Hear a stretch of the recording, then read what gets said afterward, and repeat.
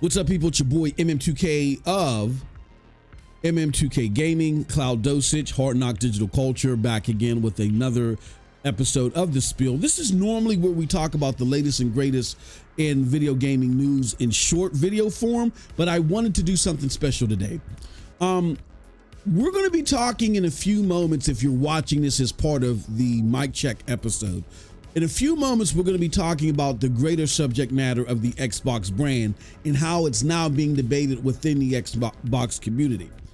But to kind of highlight how it's transitioned and how we got to this point, I wanted to also give you a sneak peek of a big time interview that I did with my good friend Tim Dog. Tim Dog has been a long friend of mine for a very long time while I've been doing content creation here on YouTube and so forth. He was the third episode in a great line of series of interviews that we've already done. I thought that him coming in as the third episode was the perfect place because we kind of talked to the PlayStation side of the community in regards to what's going on between PlayStation and Xbox's competition. Now we're going to start converting over to like the Xbox side, but I think Tim Dog was a great midway point because for those of you that have been living under a rock, Tim Dog, undoubtedly the biggest name in Xbox fandom, earlier this year, stepped away from the platform. He said, look, they're doing some things, particularly when it comes to more of a multi-plat behavior. That is the antithesis of them trying to compete, give you better product, bring us back to the Xbox 360 glory days as far as the quality that's being put out there. I had no idea this is what they were doing. And now that I realize that this is what's happening, I have to step away from the brand. And he explained his part. He disparaged nobody that didn't feel the same way he did. But he said, this is what I got to do. And in doing so, he was attacked and lauded, everything you can think of. He was called everything but the child of God. But now we're seeing a turn of events with some of these more recent activities with Xbox, like most notably the rumor that Forza Horizon 5 of all games could be coming to PlayStation and what that means for the brand or how that might damage the brand even further. Now we're seeing some of the same people that when Tim Dog originally made his step back that, attacked him. Now you're starting to see they sympathize with his move and they also look like they're about to do the same thing. So during our fantastic interview with Tim Dog, I actually wanted him to react to this and give his thoughts on such a transition. So we're going to play that now. Then we're going to talk on the back end about the overall theme about how the Xbox brand is transitioning and what that means for the Xbox console gamer. So in order to do that, let me do this. Let's pause our original background music and let's get ready to do this right here.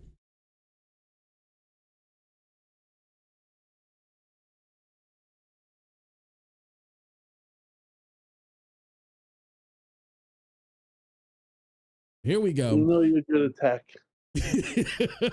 I just don't know when it's going to end. All right, so here it goes. Iron Lords podcast, King David, Kid Smooth, talking about Xbox fandom right now. Here we go. I told you put your chest out, put your chin up, and you stand up there. You hold the line. That's what I told you to do. And you did it for a little bit, but your legs got knocky again. And I'm just saying. So don't act like, everything was all together then. No, because every last one of you dudes said that ABK deal would not go through. Fact. I'm the only dude that told you, man, shut up and hold it down. That's and it's gonna go down. And it's gonna go down. And it went down, and these dudes right now were burning. Now they want the games now. Now we wish it didn't go down because ever since it did go down, it brought everything down. I think people like me, Tim Dog, the probably toxic fanboyism to a toxic place to the point where we're too much of a fanboy of like we want to win. We want Xbox to win. We want Xbox to have the better games. We want Xbox to sell the most. We want Xbox to have high Metacritic scores. What Xbox is doing now is the polar opposite of what we want them. We want them to win. What they're doing is like, okay, It's like it's confusing. Actually, it's like a chemical imbalance of what's actually going on. It's like, this is not the console warrior way. So it's like the console warrior way. Okay, so I love this. This is great. So you can't have that same mindset. Don't fall into the positions that they can't do. They can't do what Microsoft do. They're $1 billion company. You ever went inside the club and can't go up to the 3rd floor because your money don't reach up there? That's the same thing. Respectfully, we've been starving for years. Oh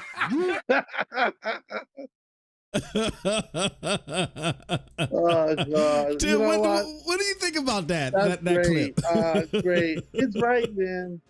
He nailed it, man. We wanted them to win. Yeah. I wanted them to win. I wanted them to have the high Metacritics.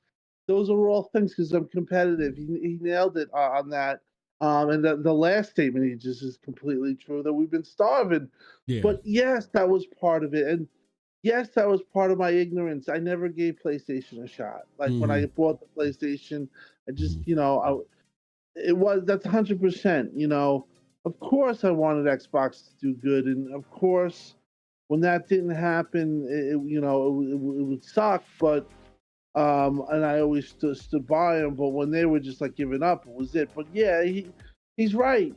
Looking back, I always wanted that day to be like, hey, Moss, look, man, we're number one. Look, you Rock, fucked up, what's Moss. up, man? We won the MVP. What are you talking now? Bro, it never came. And you know what, Tim, I would have been happy if that would have happened. I would have been more than glad to say, oh man, I was so fucking wrong. They're back, buddy. Tim, I bend the knee, Tim, take me back. I would have been more than happy to do that. But like you said, it never came. You kind of knew. And yeah. Some people's realizations were earlier than others. You were one of them. Because I remember I used to always say, come on back. Yeah, Chris is another one. Chris, we would always fight. And I'd be like, Steele, come on back. We're going to have a contract. I'm going to have a contract. But, Chris had his experience where he was done with Xbox. Zaire had his. Yeah. You had yours, which we always joke about. Yeah. But, I mean, I have to admit, I did want Xbox to be out there, and they just, the starving part is true, man. They, King is saying, well, they could go up to the 3rd floor, and the Sony's money ain't good no more up there. He's right, but it's also the fact that, bro, nothing, for years. Yeah. 2022, they got fucking nothing. 2021, that was their only little bit of a spurt that I think that they had. Remember when they had Halo and Forza 5? I think that they had that video and about how the creation of Xbox and how it all started. Yeah. They were in a decent spot then, but they never. It's like I told Rand. I said we never had our day, and I really wanted that day to happen. I wanted to say, you guys were wrong, and it is what it is. Like when they just totally waved the white flag, it's like, no, I can't stand by that. I don't think it's good. And again, it comes down to the living room too, and personal, things as a gamer.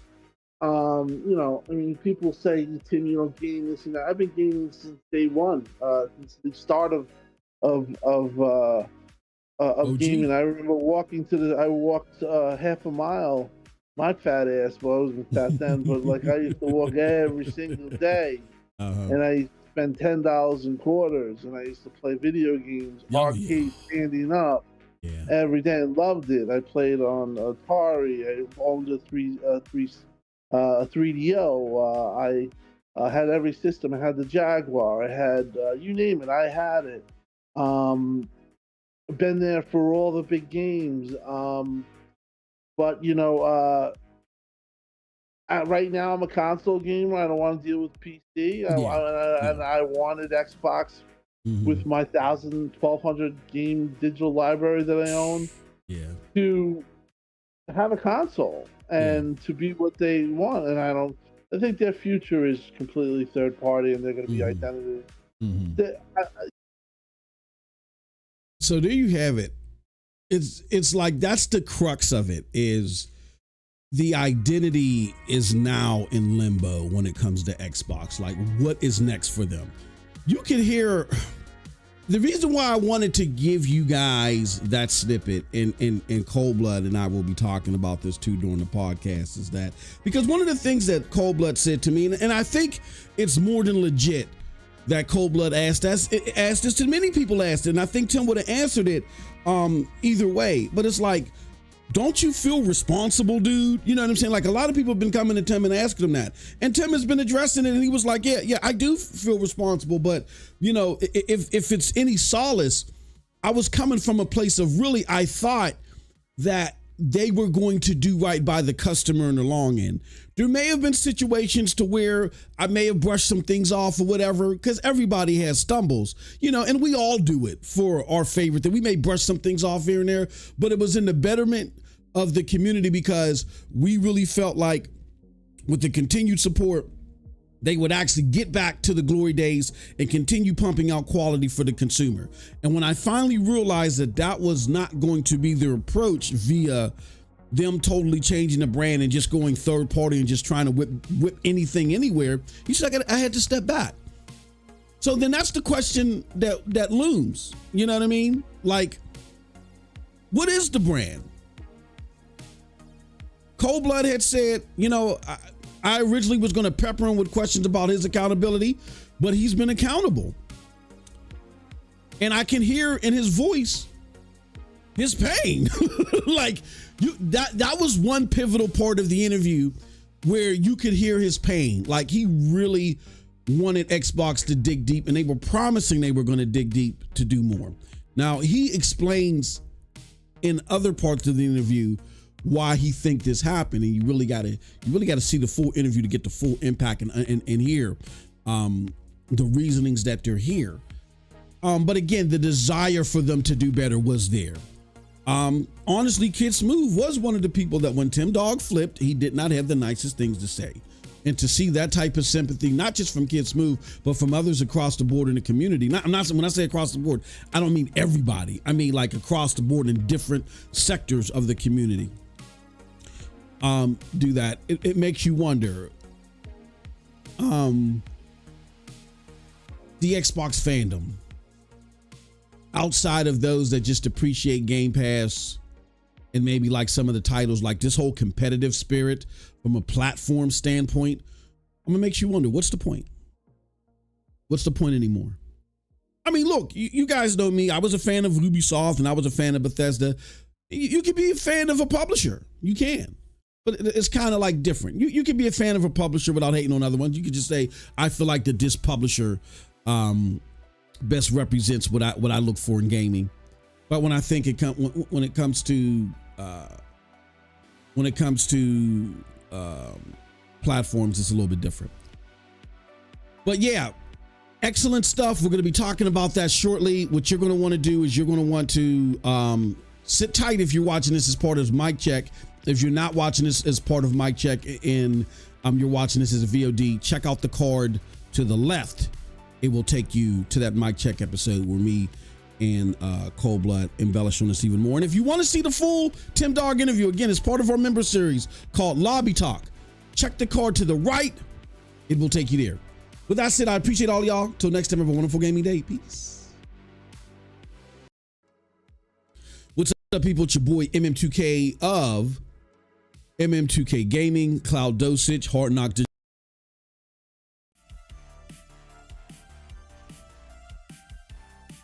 What's up, people? What's up, people? What is up, people? It is your boy MM2K of Hard Knock Digital Culture, Cloud Dosage, MM2K Gaming, back again with the homie Cold Blood Sensei.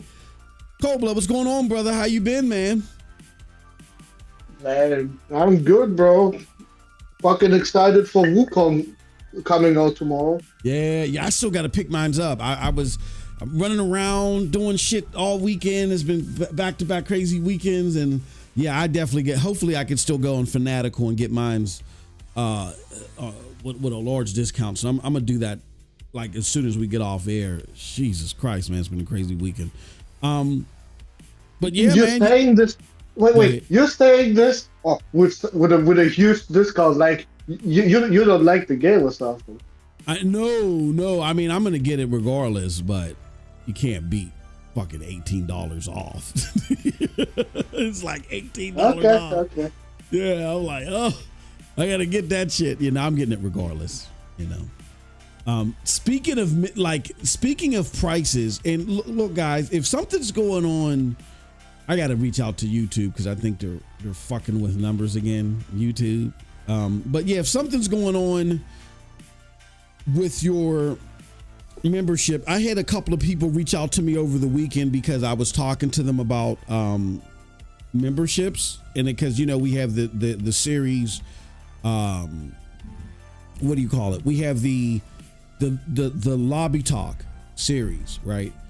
And thank you, Juice. I appreciate it. Yeah, it was a great fucking interview, man. We really had we really appreciate Tim Dog coming through like he did last night.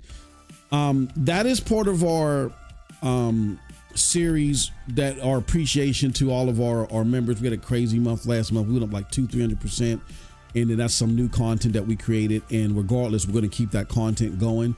So you guys really are missing out, and we do things differently here. We're not trying to gouge you. We don't have like a $10 level, a $20 level, and a $59.99 level. You sit here and you get special access in our Discord, and you get to talk to me for 5 minutes a year. We don't do shit like that.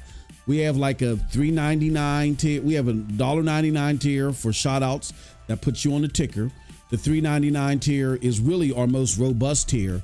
The one that we, you know, if you're going to maintain your own subscription, the one that I recommend you for. And then we have a $4.99 tier, which is for gifteds, really.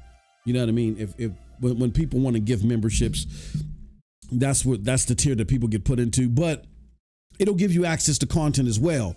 The only thing you're missing out of that gifted tier is you're not added into our newly monthly raffles, where, you know, the codes that are donated to us from people like Sean, you get in a monthly raffle for those codes. So we're going to do that first raffle.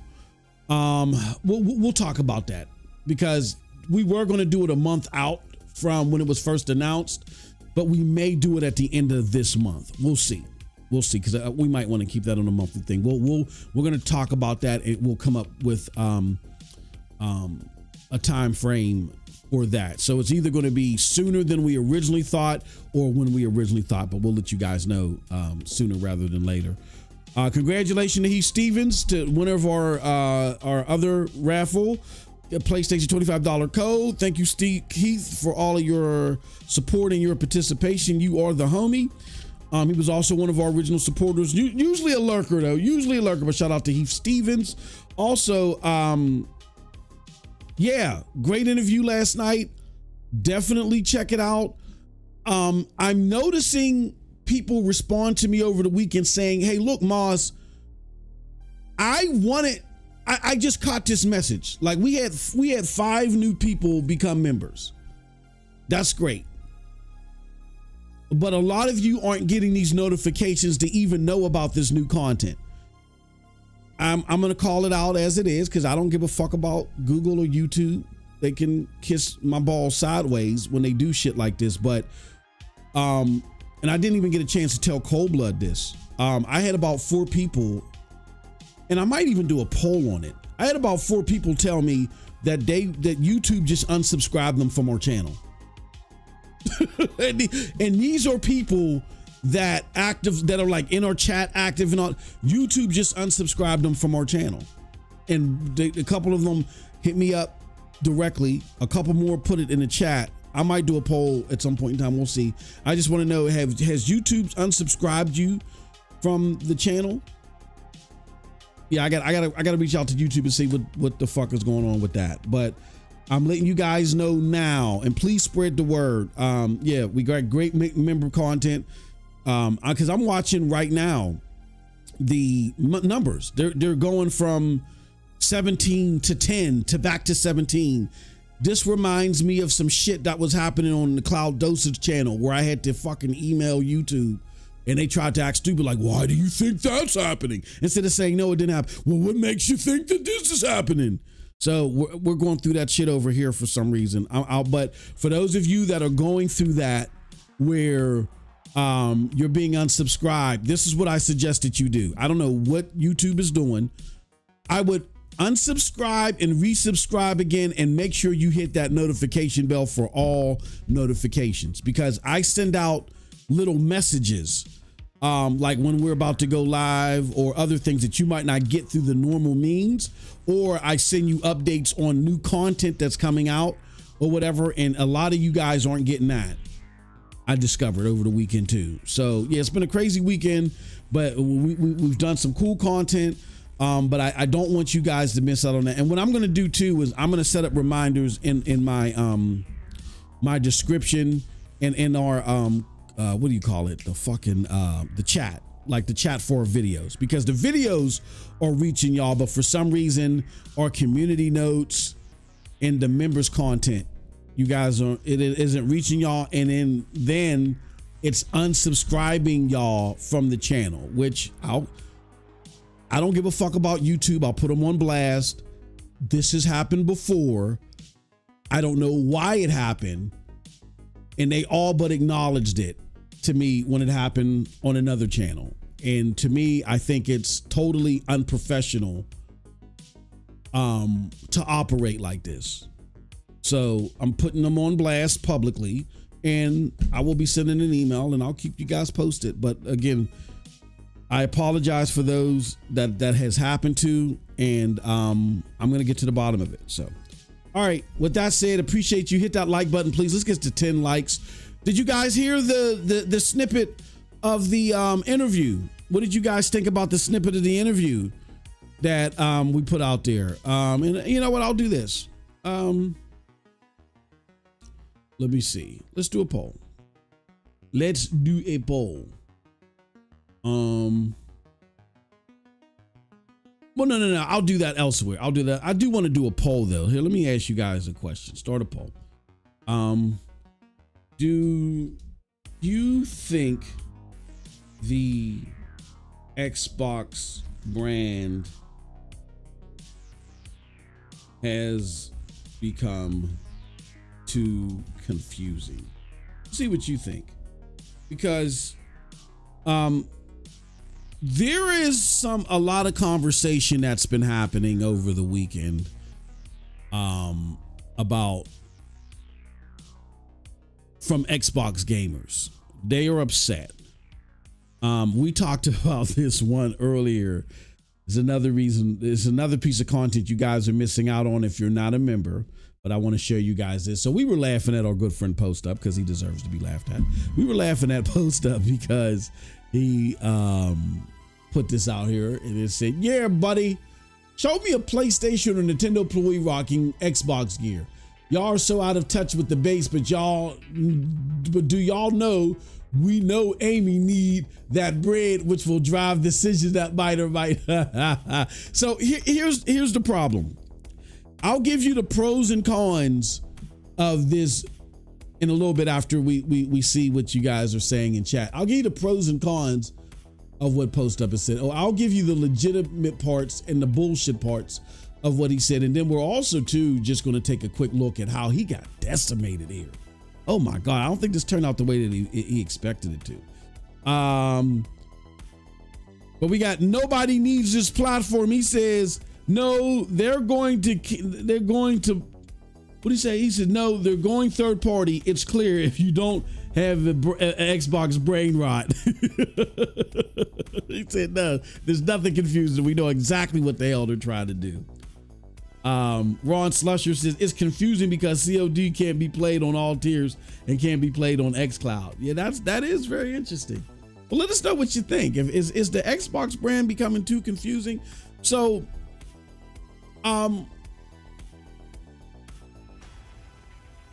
so why did Post Up say this? This is because Stein, who is a community manager over at Xbox,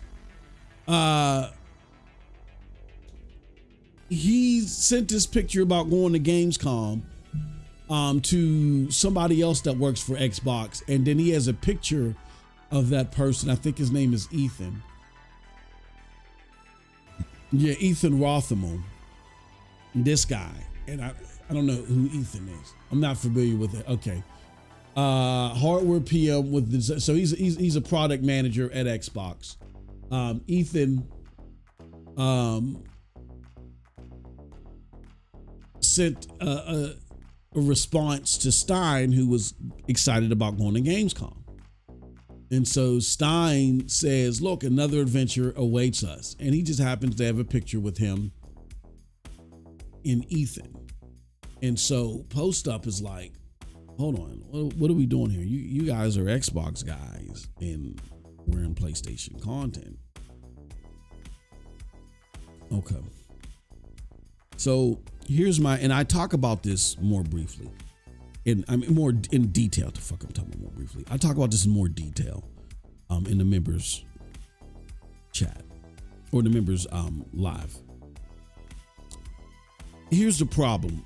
Well, here's what is understandable from a general perspective. If we were generally talking about competing platforms, this would be a reasonable question. Like if we were talking about a PlayStation dude wearing a Nintendo, you know what I'm saying? What's it called? Like what's going on here? Because generally these platforms are competing with each other. I mean, I get there's some cross-pollination now happening. And there's some agreements and stuff like that happening, but the AAA console gamer that's diehard in the community, what has to be understood is that they want competition. They want competition because they understand steel sharpens steel. So that desire for competition isn't a problem. I don't think there's anything wrong with the desire for competition. As a matter of fact, let's address that because, and I want to address that point, even though I don't think it perfectly applies to what this situation that Post Up is talking about. But I do want to, before we go into what is wrong with this tweet, I want to definitely address something that I think is very shady in the gaming community. And I know it seems like the last few weeks I just got my laser focused on this guy, but look, you got to call a spade a spade. The dude just keeps popping up with this crazy shit. So what am I talking about? Parris responds to what Post Up says, and he says, with all due respect, it's not that serious. An employee on his personal time should be allowed to wear whatever he wants. The dirty secret about this industry is that they're all friends and root for each other to succeed. Y'all get mad at me for saying this, but this is why console wars are dumb. Now, a lot of you might see that and you might say, oh, you know what? There's nothing wrong with what he said. He's basically just advocating for their things to not be adversarial. Wait a minute. Parris saying that? Mm-hmm. Bruh, you have no right, absolutely none, to even say shit like this. You're the last person I want to hear about we all fucking friends. Mm-hmm. And fucking, we're all neutrals. We're all neutrals. We're all yellow chair bandits together. Nah. He is the last one I want to hear that from. Yeah. I agree. Yeah, I think that's a very good point. Like, you know, with all, here's why it's a problem to me. Cold Blood, you let me know what you think. I don't like this because you're saying console wars are dumb, right? So in other words, you're saying that someone expecting certain ground rules in competition is stupid. Parris came into this game a console war. You know, he could say, no, I matured and I, you know, whatever. Competition is everywhere. You have motherfuckers battling back and forth over Pepsi and Coca-Cola, Ford and Dodge. What's the best TV show? Is it Game of Thrones? What's the best anime? You have competitive spirits everywhere. And then I think when it comes to products and services, I'm not against competition. I'm not against those that feed into the narrative of a competitive spirit. Like, for instance, if I go sign a contract with Coca-Cola and I'm out, I'm out, and this is real life, and I'm out drinking a Pepsi, my contract becomes null and void because the competition between those two is just that fierce that you can't do that. So I get the spirit in which, hey, look, because at that point, it's beyond the brand itself. I mean, it's beyond the friendships. Like, yeah, you don't think there's people at Pepsi and Coca-Cola that are friends? Absolutely. But it's not about them and their friendship. They didn't get hired because they're friendly with other people from other companies. They got hired to represent a brand. So I get the overarching thought process from 5,000 feet. This kind of like douses the competitive spirit. You're sitting there, you are an employee of XYZ and you're promoting ABC. No wonder why XYZ is so watered down right now. You guys don't have that fire in your belly. You know what I'm saying? I get that. Go ahead. I would get it if Parris said we have to keep up an image, so we're all pretending to be fucking friends. Yeah. But goddamn, what he is doing is literally lecturing someone on something he did himself. Mm-hmm. Like, he is the last person that should tell a fucking Post Up or Tsunami or whoever the fuck. Yeah. What their moral compass should be. Oh, yeah. Yep. Great point. I'm glad you used the perfect term. I totally agree with that because he's trying to chastise them on their moral compass when it comes to gaming. But Cold Blood said it fucking perfectly. That's the point that I'm trying to get to in so many words. You don't have a leg up in chastising anybody on their moral compass when it comes to gaming, because even though you may not like go, yeah, we really want Xbox to stick it to PlayStation, which you have. You know what I'm saying? You've said before, I listened, where you've said in a space with Uni that you want Xbox to be competitive so they could, you know what I'm saying, keep PlayStation in check. Or I don't know the context that you meant it, but you don't have the right, you don't have the room to talk about how someone approaches something from a moral compass. Fanboying is dumb. Okay, console wars are dumb. Fanboying is dumb. And man, oh man, Parris, are you guilty of some serious fanboying? I mean, do I got to play the tapes again? Do I got to play what you said on Xcast? Do I got to play some of the other untruthful shit that you said, but you said with the utmost confidence? And you have yet, let's do it. Let's do it. You have yet to own up to it?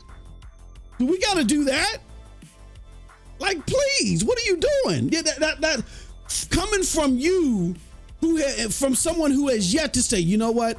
I sat you on Xcast and I told you guys, I gave you guys assurances that this is what Xbox wasn't going to do, and I was totally fucking wrong, and I'm sorry.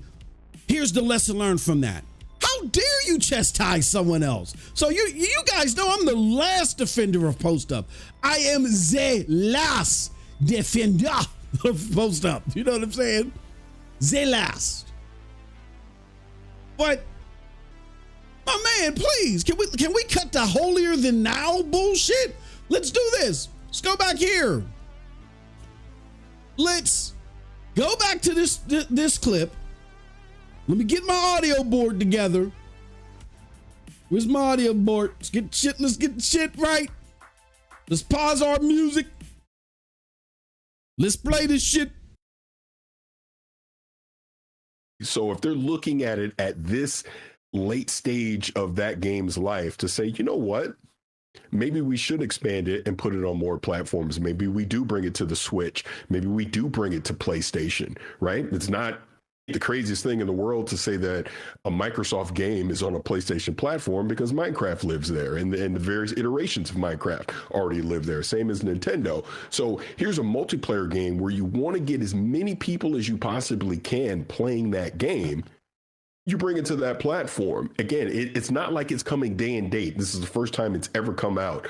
They're not taking anything away from the current Xbox community in that aspect. If anything, they're giving you more people to interact with within the Sea of Thieves community. So again, I do not see this as a bad thing.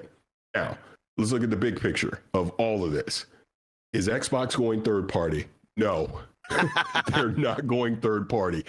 Now, if there comes a day where Phil Spencer or Sarah Bond or Matt Booty come out and go, you know, we've made the decision that we're bringing Gears of War, Halo, Forza, I don't know, Avowed, Starfield. Like, in other words, if all of their core major AAA exclusive IPs all of a sudden start showing up on Nintendo and PlayStation platforms, go ahead, get your pitchforks out. I understand the outrage, because at that point, why is Xbox even making hardware? Just be a third-party company. But that's not what they're doing.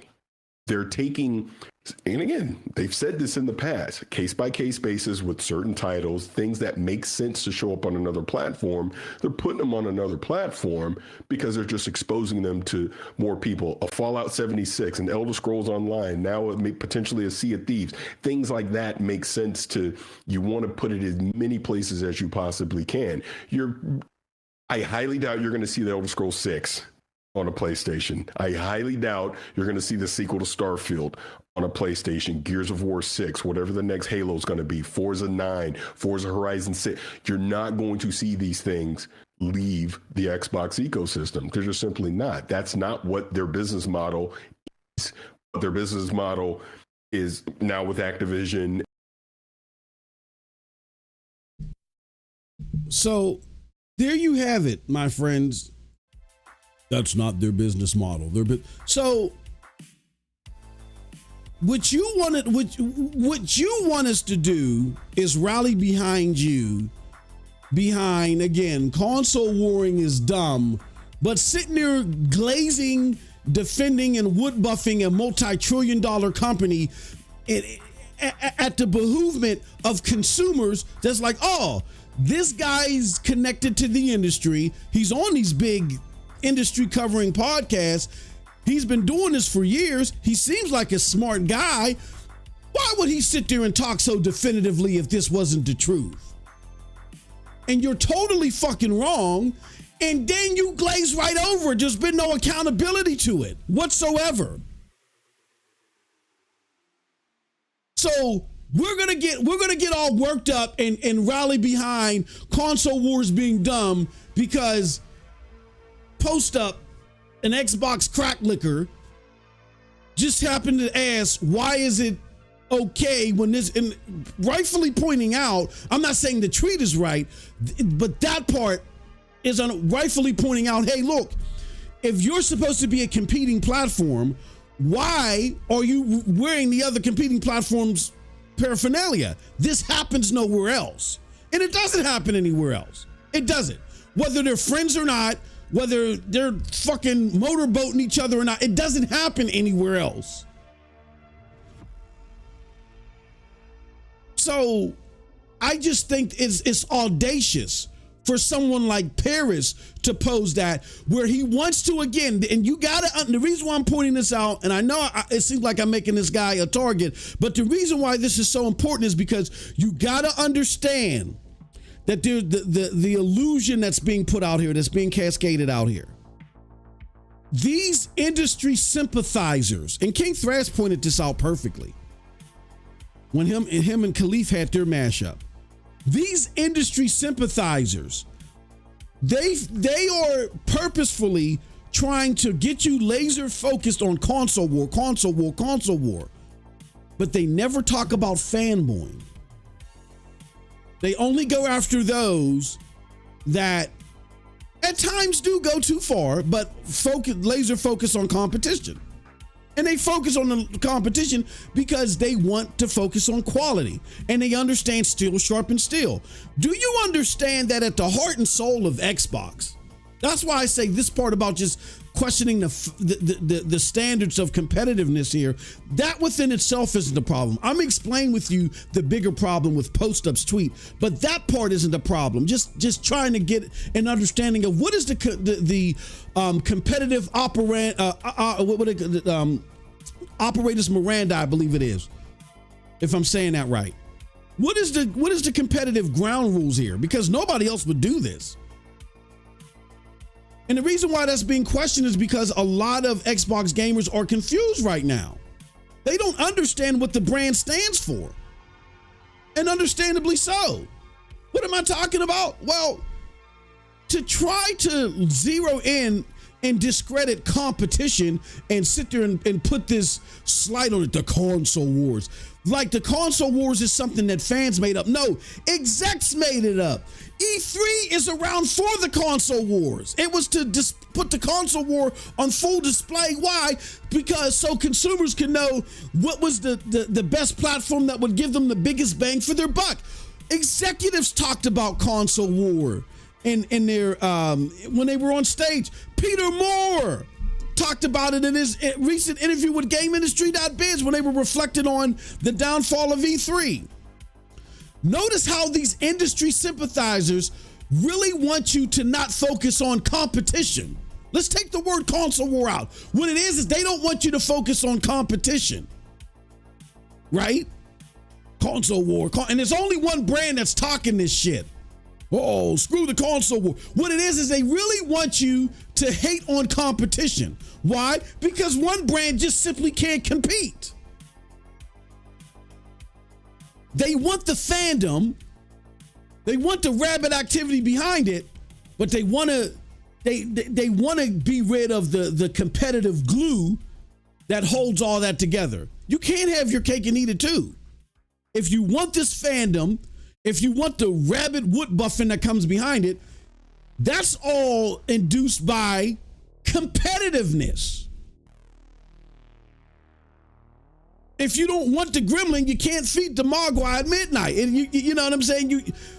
Both situations can't occupy the same space and same time. So if you want all this rabid fandom, you got to be competitive.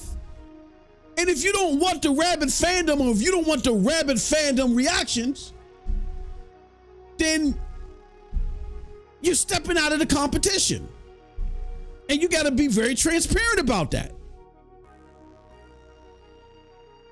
So people that want the competition in gaming not to be the focus always throw out the term console war, console war, console war, because they're trying to make competition a dirty word. But they never say nothing about fanboying, right? Never.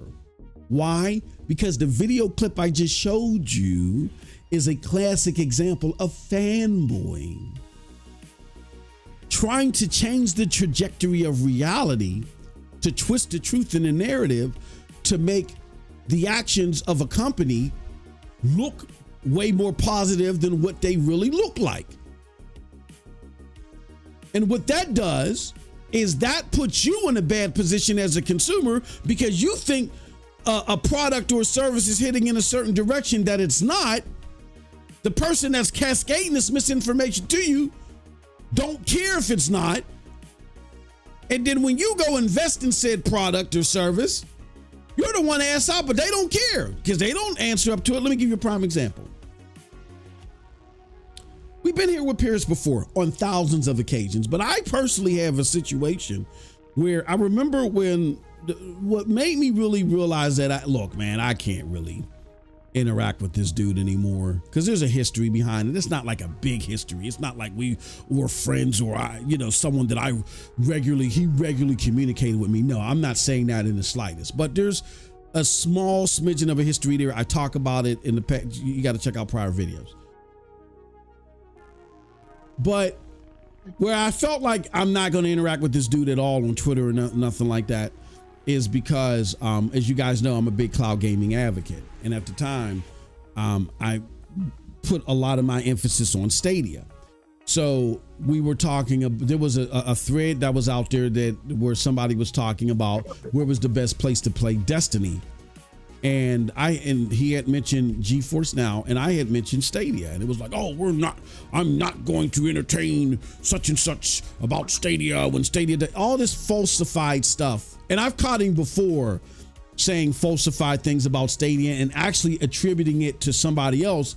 And when I talked to that other person about what he said, I didn't say that he said it. I just said, oh, I heard you were having problems with XYZ. He was like, no, I wasn't having any problem. And I said, okay, there we go. But I was like, no, what you're saying that Stadia does or does not do isn't true. And then they just went off and went in this rabbit tangent that didn't mean anything. And I said, you know what? This is someone that just can't be trusted. Me entertaining them and even engaging with them sends a signal to the people that follow me that this is a trustworthy source. I'm not going to do that, right? But the damage had already been done because I always had recommended, the content that he was part of or whatever. And I remember not too shortly after that, NVIDIA had lost its rights to stream a lot of games because they had went from being in its beta phase and they went public and they were allowing games to be streamed on their service, but the service providers didn't like that, right? So they lost access to a lot of games, and one of the games was Call of Duty. And I remember when someone did that, they said, you know what? I was listening to one of your recommended sources, from the stuff that you listen to, and they were always promoting how, if I was going to get into cloud gaming, how GeForce Now was a great way to do that. And they were the most reliable, and Stadia was a problem and this and that. So I'm thinking that everything is solid with GeForce Now. I went and bought Call of Duty, and then a few days later, Call of Duty's ripped from GeForce Now, and now I can't play it because of this and that. And it's like, and I'm out $70 because of or $60 because of your boy. And I felt bad for the person, but I just responded to them in my DM. I said, you got to talk to him. And I don't know if they ever talked to him, but see, this is what creators like fanboy creators like this don't understand. When they go on this path where they talked in an absolutist fashion about something, because they want it to be true, because they gotta be right, they put consumers in a very disenfranchised spot. And see, the thing is, when you show humility when you're wrong, that is a hit towards your brand. So therefore, you're less inclined to go hop out the G-Ride without the proof again. Case in point with your boy. Now, y'all know, if y'all followed my Stadia content, y'all, and me and Tim Dog talked about this on yesterday's podcast, where we really haven't talked about in a long time since Tim, started backing away from the Xbox brand. And we talked about how, of course, if you're supporting Xbox, the calling was to hate on Stadia, right? But he was like, look, man, I know it was a great product. You were right about this and right about that. And it's just, unfortunately, it didn't last as long as you would hope. Yeah. And my thing that I had to own up to was, yes, even though I said, look, in worst case scenario, Stadia would close down in 2023. You know what I'm saying? If they don't get it together, they'll close down in 2023. They end up closing down in 2022, right? I was a year off. But most of my rhetoric about the product was, look, the product is fine. I really don't believe that they're going to be closing down anytime soon. They're not at risk of closing down until they merge with YouTube. If once they merge with YouTube, the product doesn't fly after that, then you could see some serious change in Stadia. But in my heart's into believing that they're going to do the X, Y, and Z. And the reason why I said that was because that was what most of the Stadia people themselves had believed. When Stadia closed down, they were in the point of expanding to Mexico, possibly Turkey. They had this thing called Bring Your Own Game, where they were going to finally allow you to play your games on PC. There was so much stuff they were about to do. And then when Stadia decided to shift gears and go in a different direction, where they were going to close down Stadia and do this Google Games from Cloud thing, that took most of the Stadia people off guard. Most of the people that were working on this is most of the people I was in communication with. So I had to step back, go live as soon as this news, I went live as soon as this news happened. And I owned up to I was like, look, here are the things that were true. Here are the things that are being misexaggerated. But yes, was I wrong about Stadia? Absolutely. And here's why I was off keister. And since then, I've said, this is what I've learned from that experience. My problem is I was so focused on the Stadia employees and the Stadia people that I was talking to, a lot of which that had decision-making powers didn't even know that was coming. There were some that knew, but not all of them. They were taken off guard. I have some personal conversations where they did not know. That being said, my problem is I wasn't laser focused in enough on Google as a company. Had I laser focused enough on Google and did more research on Google as a company, particularly since their current CEO, who, again, I'm just going off of stuff that I hear, he's not always the most liked. And I saw the trends on how shaky this current board and the people that are running Alphabet were. Maybe I would have changed my rhetoric too.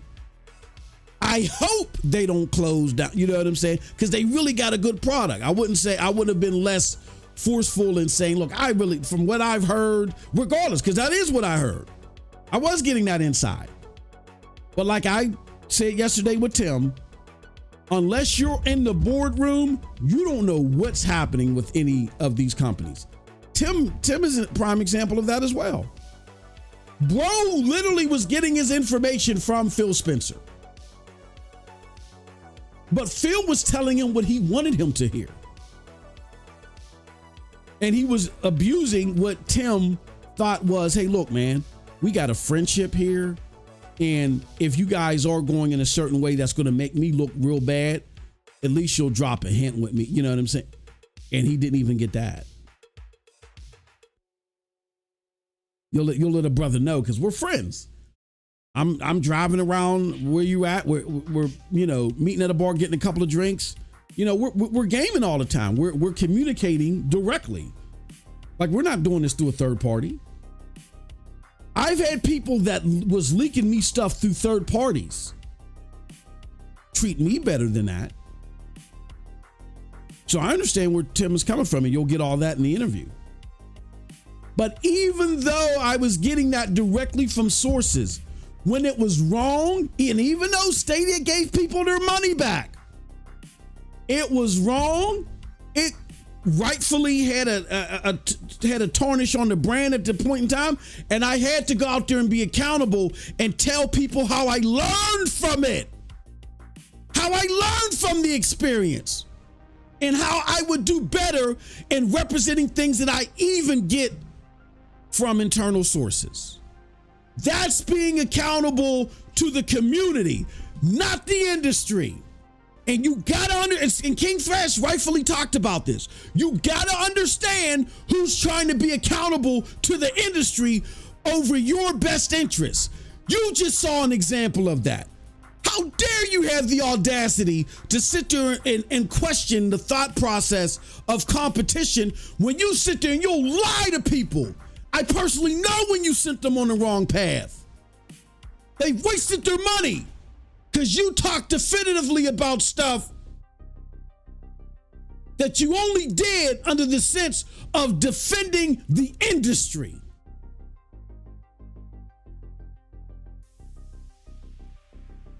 Cold Blood, he framed it. I got to be long-winded and give you the 30-hour church sermon version of it, but he phrased it perfectly.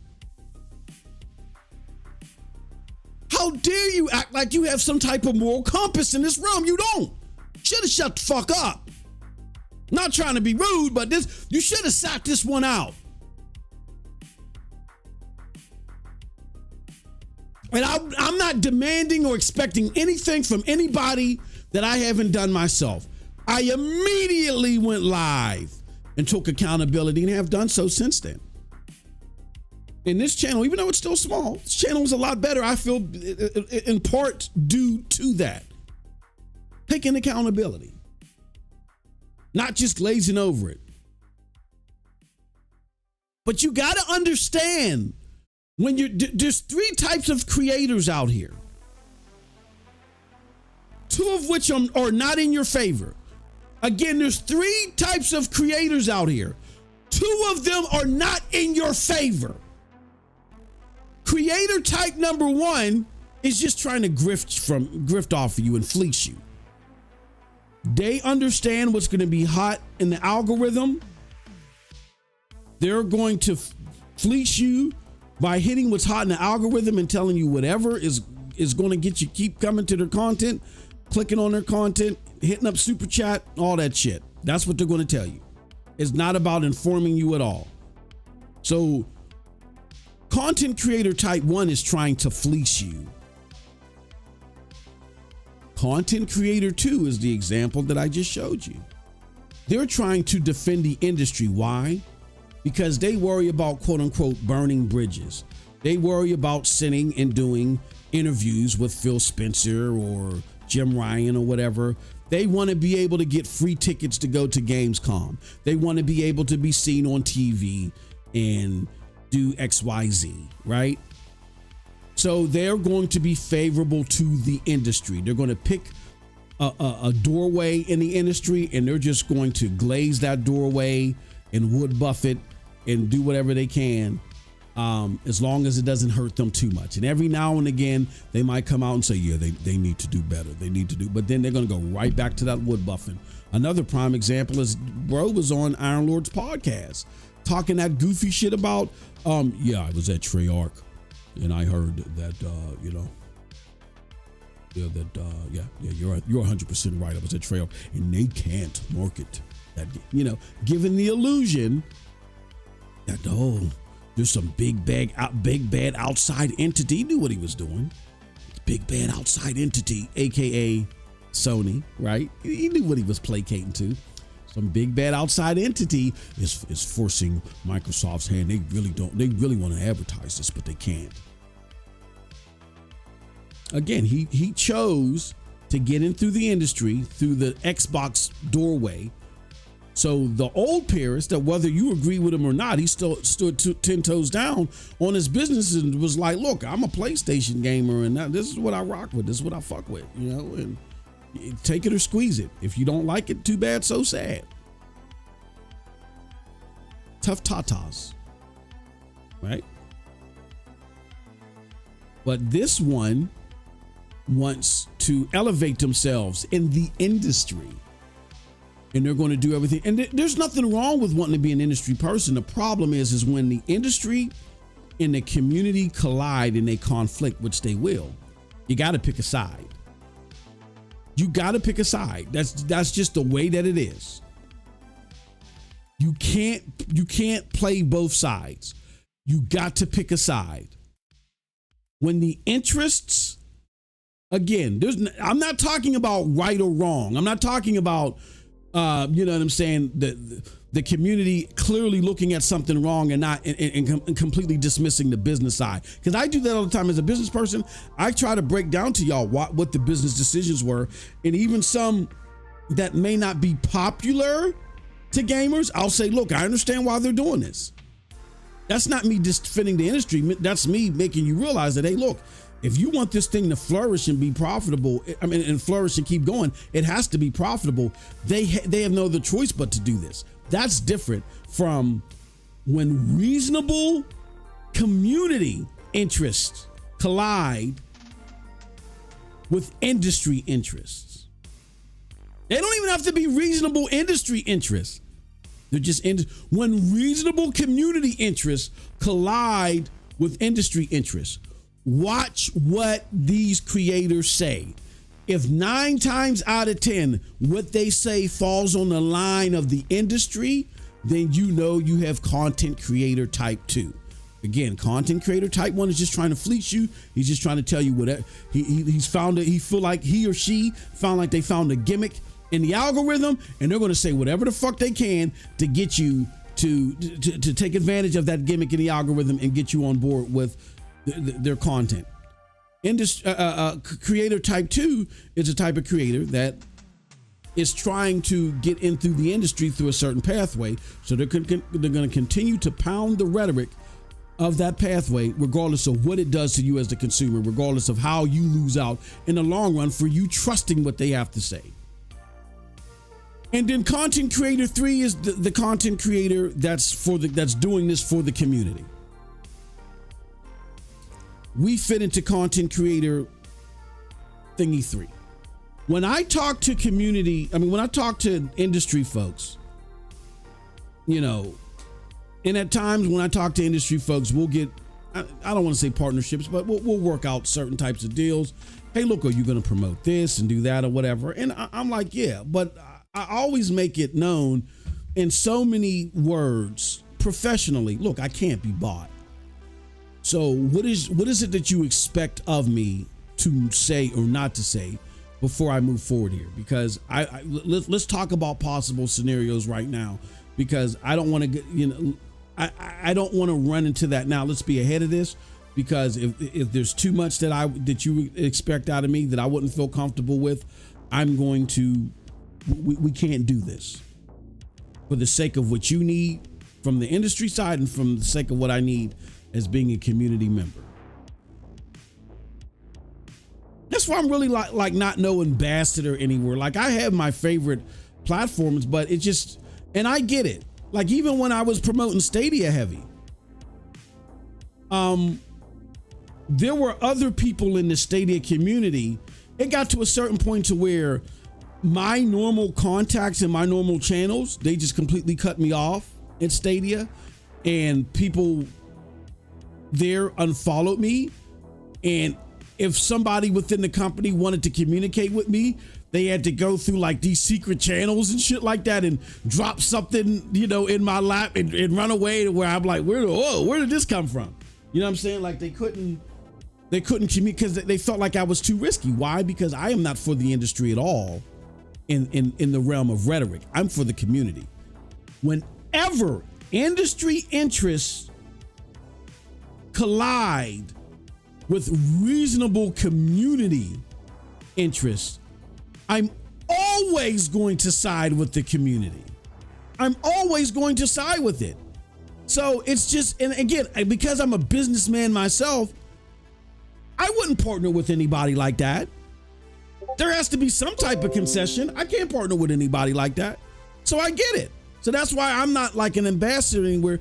And if I become an ambassador somewhere, someone would have to have the loosest, you know what I'm saying, guardrails in the history of partnerships.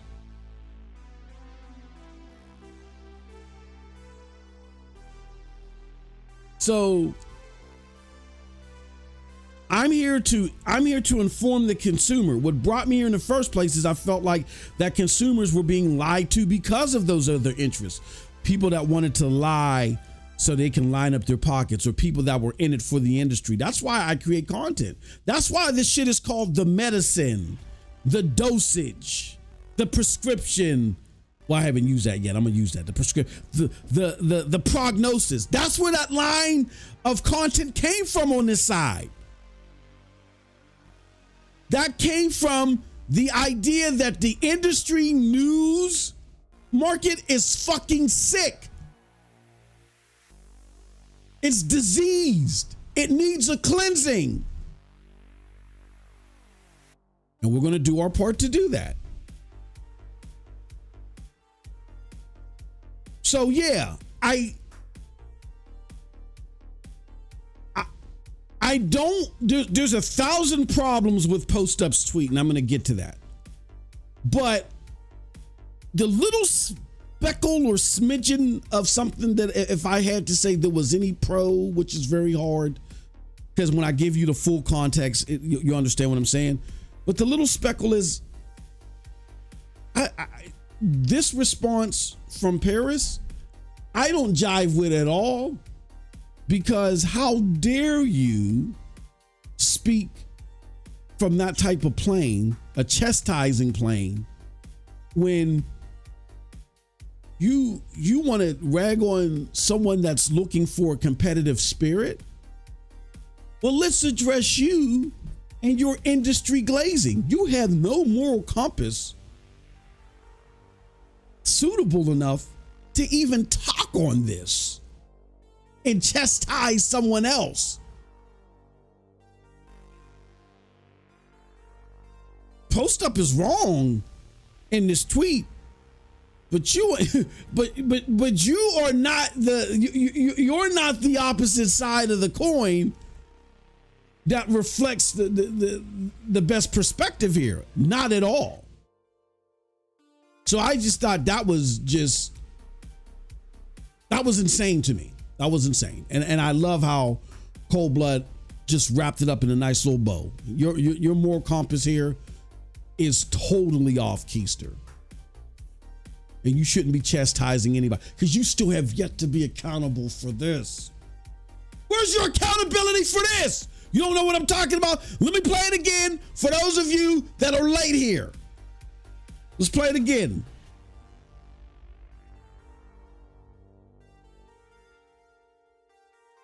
So if they're looking at it at this late stage of that game's life to say, you know what? Maybe we should expand it and put it on more platforms. Maybe we do bring it to the Switch. Maybe we do bring it to PlayStation, right? It's not the craziest thing in the world to say that a Microsoft game is on a PlayStation platform because Minecraft lives there and the various iterations of Minecraft already live there, same as Nintendo. So here's a multiplayer game where you want to get as many people as you possibly can playing that game. You bring it to that platform. Again, it's not like it's coming day and date. This is the first time it's ever come out. They're not taking anything away from the current Xbox community in that aspect. If anything, they're giving you more people to interact with within the Sea of Thieves community. So again, I do not see this as a bad thing. Now, let's look at the big picture of all of this. Is Xbox going third party? No, they're not going third party. Now, if there comes a day where Phil Spencer or Sarah Bond or Matt Booty come out and go, you know, we've made the decision that we're bringing Gears of War, Halo, Forza, I don't know, Avowed, Starfield. Like, in other words, if all of their core major AAA exclusive IPs all of a sudden start showing up on Nintendo and PlayStation platforms, go ahead, get your pitchforks out. I understand the outrage, because at that point, why is Xbox even making hardware? Just be a third-party company. But that's not what they're doing. They're taking, and again, they've said this in the past, case-by-case basis with certain titles, things that make sense to show up on another platform. They're putting them on another platform because they're just exposing them to more people. A Fallout 76, an Elder Scrolls Online, now it may potentially a Sea of Thieves. Things like that make sense to, you want to put it in many places as you possibly can. I highly doubt you're going to see the Elder Scrolls 6 on a PlayStation. I highly doubt you're going to see the sequel to Starfield on a PlayStation, Gears of War 6, whatever the next Halo is going to be, Forza 9, Forza Horizon 6. You're not going to see these things leave the Xbox ecosystem. They're just simply not. That's not what their business model is. Their business model is now with Activision.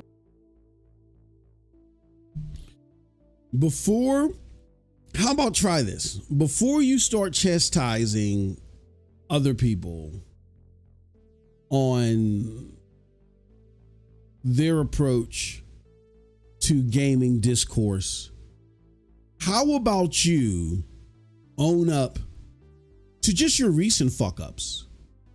Your recent fuck ups that I am pretty sure gave reassurances to people where there should have been none. And let people know what you've learned from it, Parris.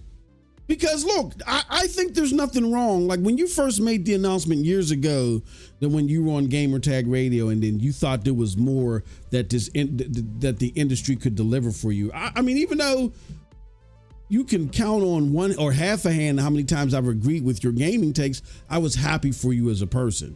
I think that's cool. You know what I mean?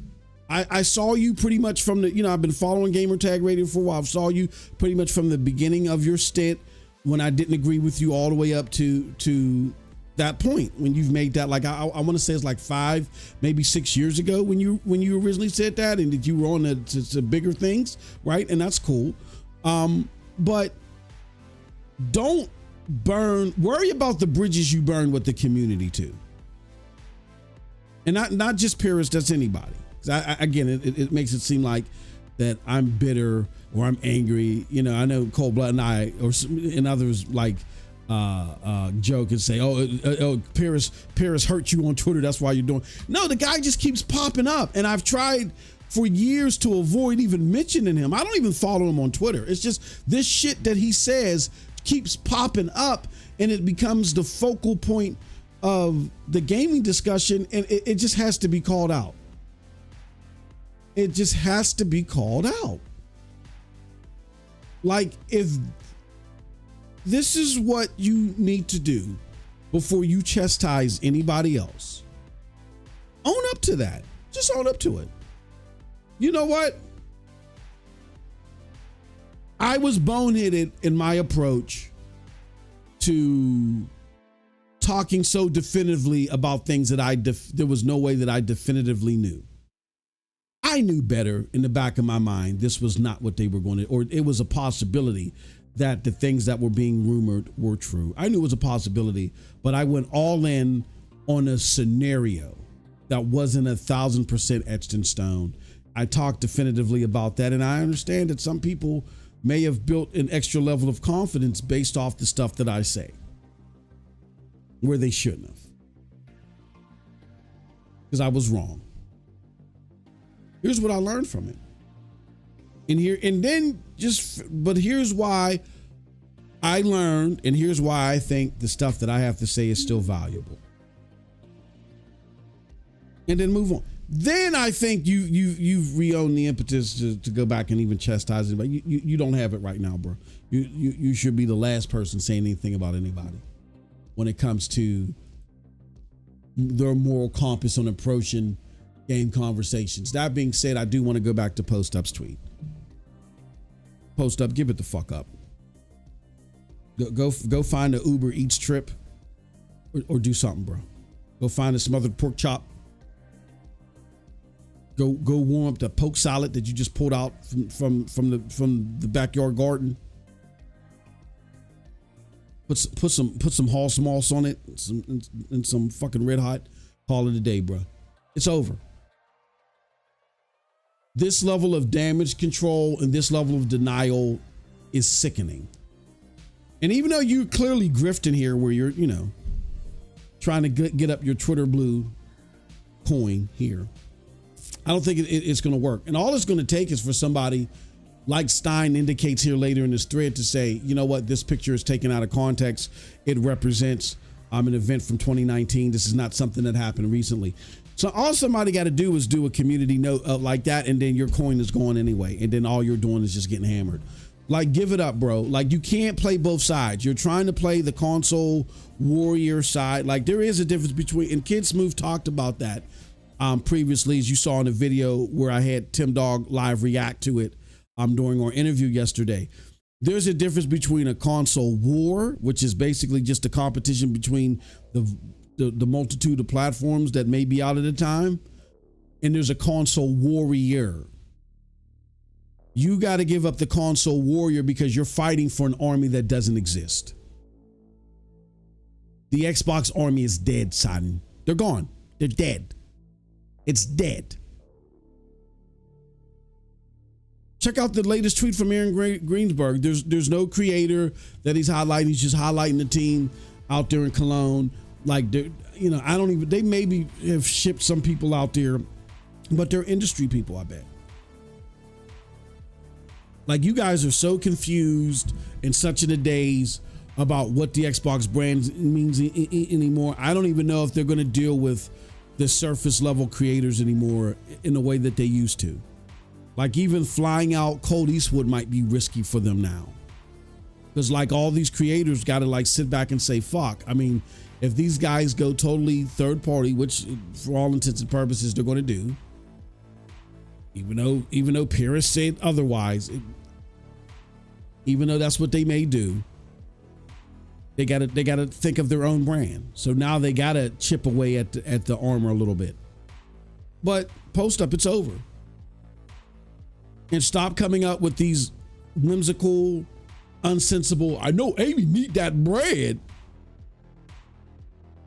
Let me break it down to you, and so maybe on your next Uber Eats or DoorDash trip, you this might sink in so you understand how the fuck business works.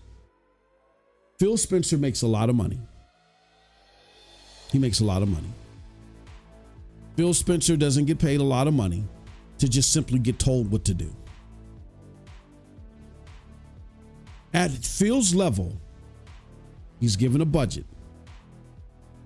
He's given an expectation of budget. And he's asked, what is it that you're going to do?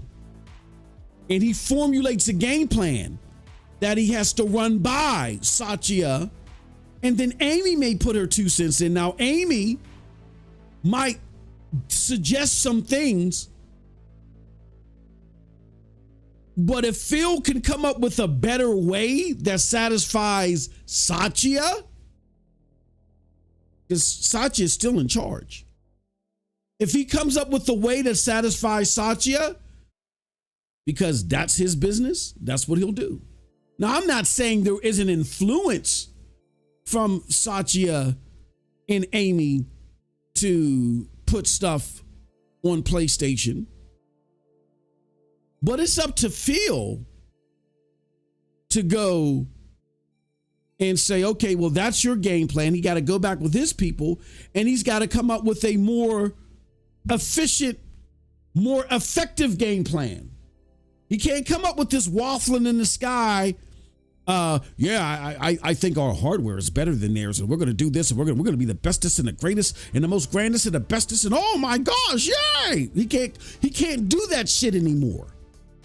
He got to sit down, bust out the X's and O's, come up with a project and a fucking presentation that looks more concise, better, and effective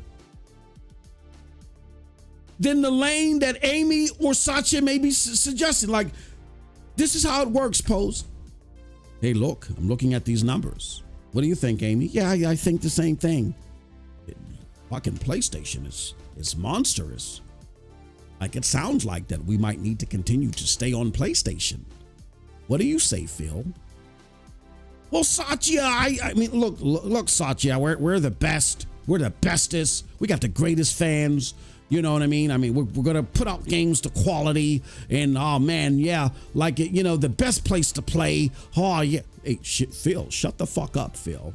Like, I'm asking you to come up with a plan better than just keeping our shit on PlayStation. You got 30 days, Phil.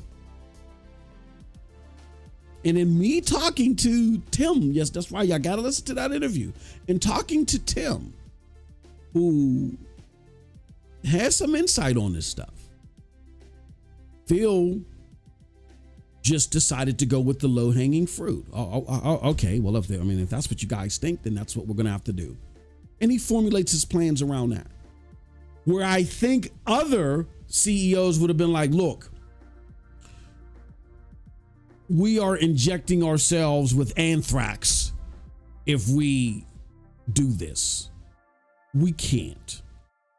There's got to be a balance. We got to find out a way to keep our expenses down while in the same tone still being able to deliver quality. We cannot just forfeit to PlayStation like this. This will destroy our brand as far as the platform is concerned, because it's going to confuse too many of our core consumers. I think any other CEO would, like fucking Yoshida, Peter Moore, even Jack Tritton, any of them motherfuckers would have come up with a more balancing approach, come up with a better presentation, and countered what was being suggested by Amy and Satya, and they would have won Satya over. But Phil has proven time and time again that when it comes to these more intricate ways of making the business profitable through quality content, he just doesn't know how to do it. So he has to grab the low-hanging fruit. So the whole trying to put the whole impetus on Amy, like Phil doesn't have a say or Phil didn't have an opportunity to do otherwise, is bullpucking. That's not how business works. Phil's had his opportunities.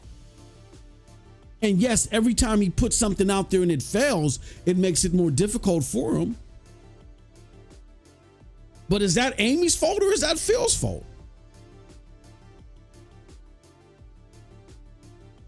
You can only win in this business with content, quality content. You cannot win in this business at the mainstream level. You can't do that without top quality content. And Phil, if you don't know how to observe it and acquire on it and extract it out, then you better fucking hire someone that does. And it's very clear Matt Booty ain't that motherfucker.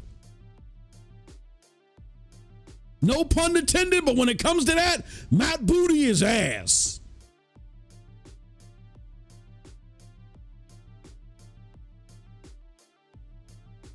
But you've designed your legion and you're going to stick to it. And Sachi is like, okay, well, if this is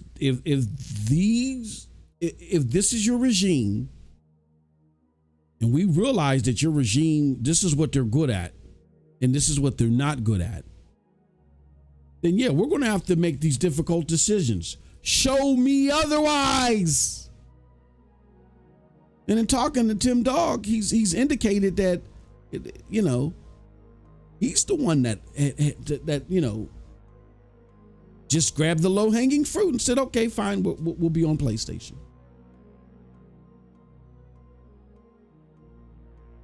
Y'all got to understand how business works.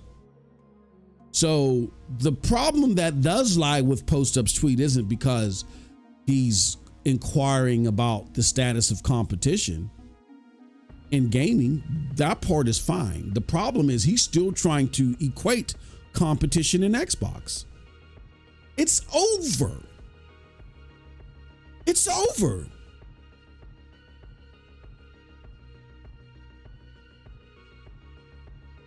Like right now, you content creators out here that want to talk about Xbox versus PlayStation, I mean, I'm not trying to toot my own horn. I know we have only a fraction of the viewership that you got, but the thing that still, but again, I don't, numbers don't dictate to me. This is why I don't get fooled by these motherfuckers. Numbers don't dictate to me where the truth is being told. Let me give you guys a suggestion. With your bigger numbers, I think, because look, a lot of you motherfuckers come by here and steal ideas anyway. We're not stupid. Y'all just do it with bigger numbers. Yeah. All right. So here goes an idea that you don't have to steal. I'm going to give you.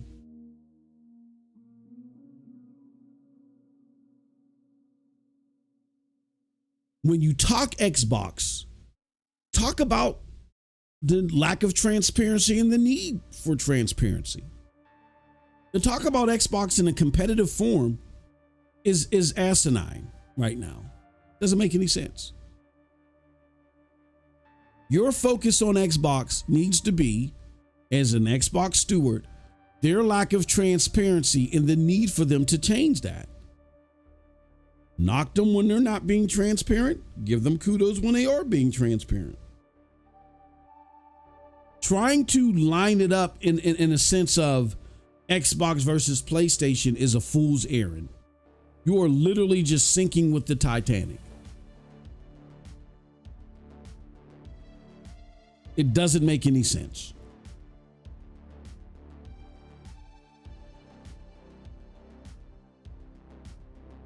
Just simply talk about the transparency and that's it. I'm sorry, Cobalt, are you about to say something, brother? No. Oh. I'm gonna go to the chat now. Well, maybe that one guy gave me an idea for a video. What's that? You should do a skit with your voice acting. Phil and Satya and all the motherfuckers. Hey Phil, I just do me a favor. Do us all a favor. Shut the fuck up. Just shut the fuck up. You're not. You're sending us emails that your console is better. We're losing 3-1 in the States. It's fucking 1,000 to 1 in Britain. Like, what are you talking about, Phil? Sit down. Sit down and play Crackdown. Right. Bro. Oh shit. Let me get to these comments. Yeah, I saw him. He said, yeah, MVBN. He said, yeah, your voice acting is. Oh shit. He says Xbox are Macchiato Classico. Good to see you again, my friend. Xbox are trying to call themselves Xbox PC gamers now. Laugh all out. Yeah, I know. Forza is going to PlayStation 5. Laugh all out. I can hear browser laugh in my mind. MVBN says, did you see Silent Hill new footage and previews are looking amazing? I didn't see them. Cold Blood, did you catch them yet? They all say now I'm optimistically more excited for it. Shout out to Well, Mooch. I mean, Go ahead. look, with my two eyes, I see nothing but mid Okay. with this game. Like, I don't know what the fuck the reviewers saw now that is looking better, but the trailers did not show me that this game deserves any fucking attention. Okay.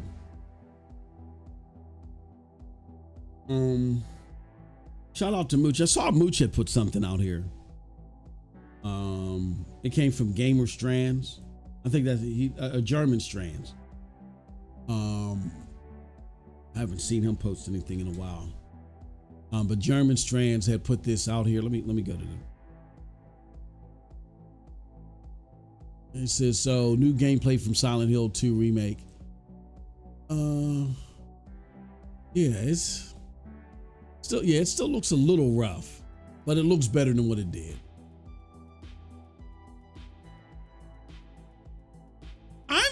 You know what? I mean, some of it is the video quality, but it still looks rough. Yeah, it still looks lower. I'm just confused on why we're getting all this bad B-roll when it comes to these games. Speaking of that, Cold Blood, we, again, to kind of shift gears a little bit. Well, MVBGN says, come on, Cold Blood, Resident Evil with actual horror and survivor elements. Look, I'll let Cold Blood speak. You ain't got to break down Cold Blood's. You ain't got to break down the Cold Blood, Resident Evil and Silent Hill. He grew up playing that shit. Go ahead, Cold Blood. I'm gonna shut up. Go ahead. You guys, bro. Resident Evil? Bro, you just insulted the whole ass franchise. Nah, bro. This is not Resident Evil, bro. Like, this shit is just a lazy fucking remake from one of the worst teams to ever exist, bro. Like, Bloober Team is, in my opinion, the fucking definition of mid. Like, none of their games that I remember were good. They were all just mid. And I don't think it's gonna change with that Silent Hill 2, bro.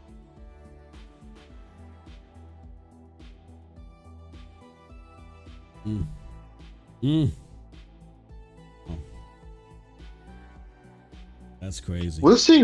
Look, if the actual reviews come out and it's better than what everyone was thinking it's gonna be, great. But like I said, for now, all the trailers I saw,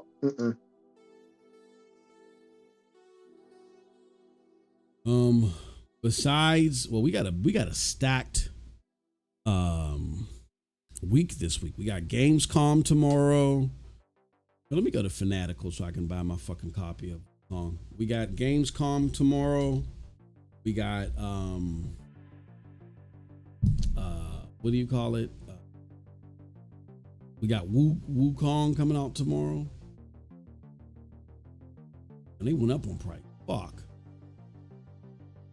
Shit, goddammit. Shit, goddammit. Let me see. Wukong. Oh, okay, here we go. Here we go, yo. MVVN, bro, like I said, if the review's gonna say it's better than what the fuck everyone expected, And the new footage they show is actually improved from what I saw. Yes, then there's maybe a chance Bloober Team finally have something on their head. But right now, bro, like the history of this developer tells me mid, just mid. Everything they do is mid, and the worst part is they cried about it like fucking babies, bro. Oh, we want the gamers to give us a chance. Well, then show us something that would make me go, fuck yeah. Yeah. That's what I want to play.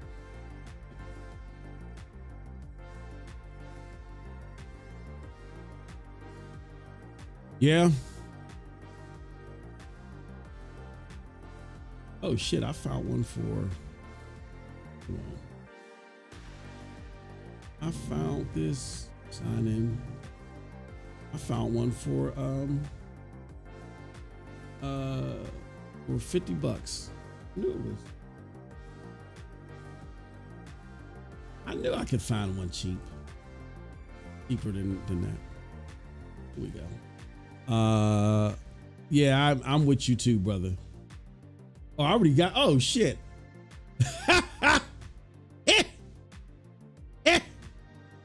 I already had my shit in here.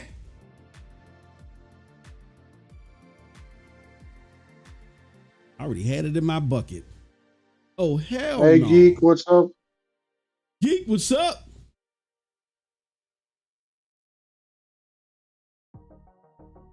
Oh no, hold on. We gotta fix this.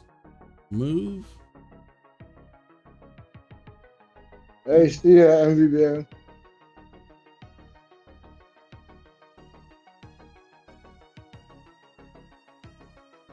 Let me do this. Hold on, I'm gonna go here now. Oh, they try to beat me in the head with a cash register. Oh. Yeah. Yeah. Good to see everybody as always. Good to see y'all. Let me get this out of my bin. God damn it. God damn it. Get that out of my bin. Let's go back. Let's go pre-order this bad bitch. Do it.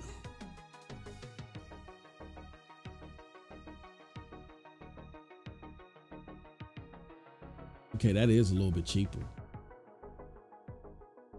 And that is. I want to make sure that one can be played in the States. Can be activated. Yeah. Yeah. Pay with PayPal.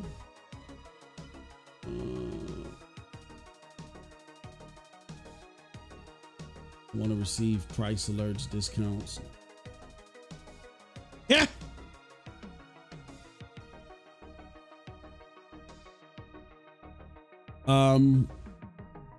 Never pre-order, says Geek. When you can get a lot of money off, bro. I don't know what you talking about. I don't know what you talking about, bro. Like, I'll never pre-order at full price unless there's like a pre-order bonus. No, I agree with that. But if there's not a pre-order bonus, but if there's a pre-order bonus, I'll get it.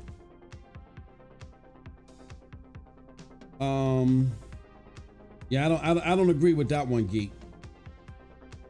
Like, I got my copy of Atomic Heart offer with a pre-order bonus. I saved almost $20 on that motherfucker. Why you say, Geek, never pre-order? I'm just curious on why you think that. Never pre-order. So let's transfer this over. Yeah, man. Yeah, I gotta hide this for my wife. I gotta have this transaction for my wife. Oh no, I don't. I could use the We can hit up the kitty. Nah, I think I'll take it there to, hold on.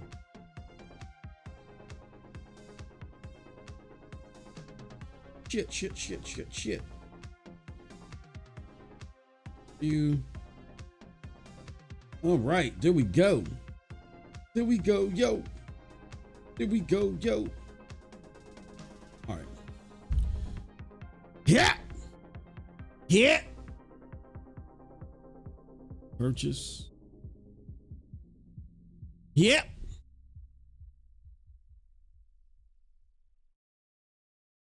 All right, we got it, baby.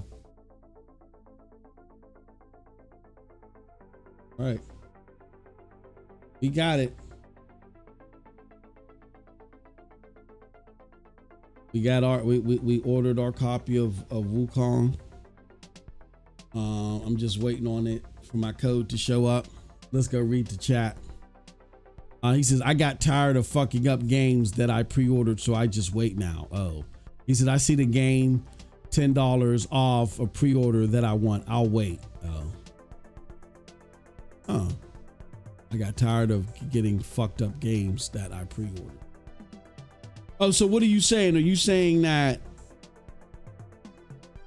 you didn't want to pre-order the games like off like King You In or something like that because I hope they took the money out.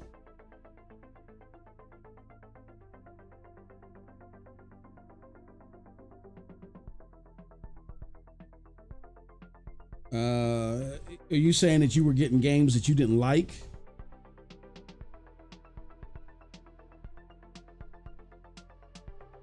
So are you saying, did you rather just go through Steam or something like? I mean, I can understand that. Is when you go through these third-party code vendors, like if you don't like the game, that's tough titty. Your ass out. But if you like Atomic Heart, and I pre-ordered some other games. I've liked them. You know what I mean?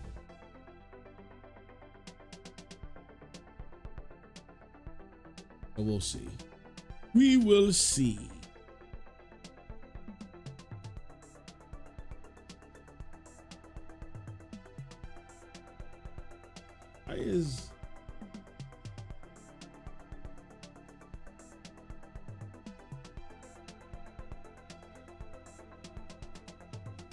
Yeah, now if you don't, he says, what platform you buy Wukong? Jenna, I'm getting it on PC. I'm getting it on PC because I'm gonna be honest with you. I've seen that PlayStation 5 gameplay. And it didn't look like it was in 60 frames to me.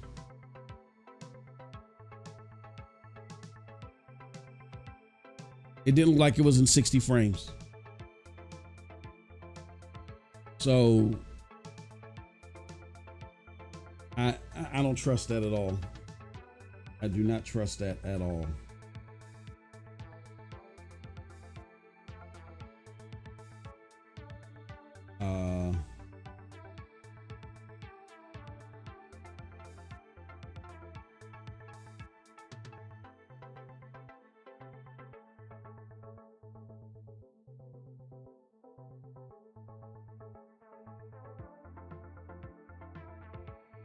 Oh, I got kids. We have kids. Oh. I gotta send my daughter something. My daughter. Well, I mean,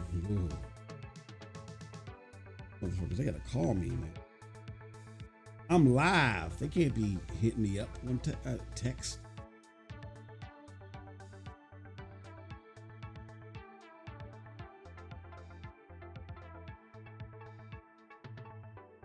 Okay. We do this. Ooh. Hey.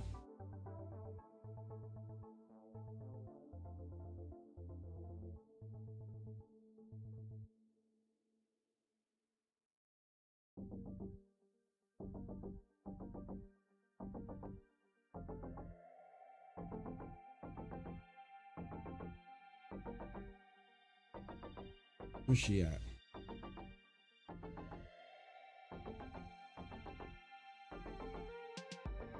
Here we go.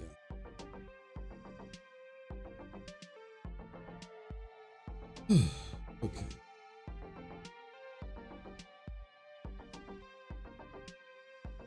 Okay, we're good. All right. I ordered my copy of Wukong.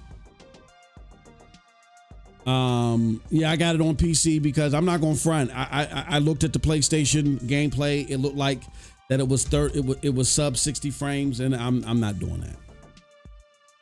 I don't do sub 60 frames. No, I'm lying. I don't do less than 45 frames.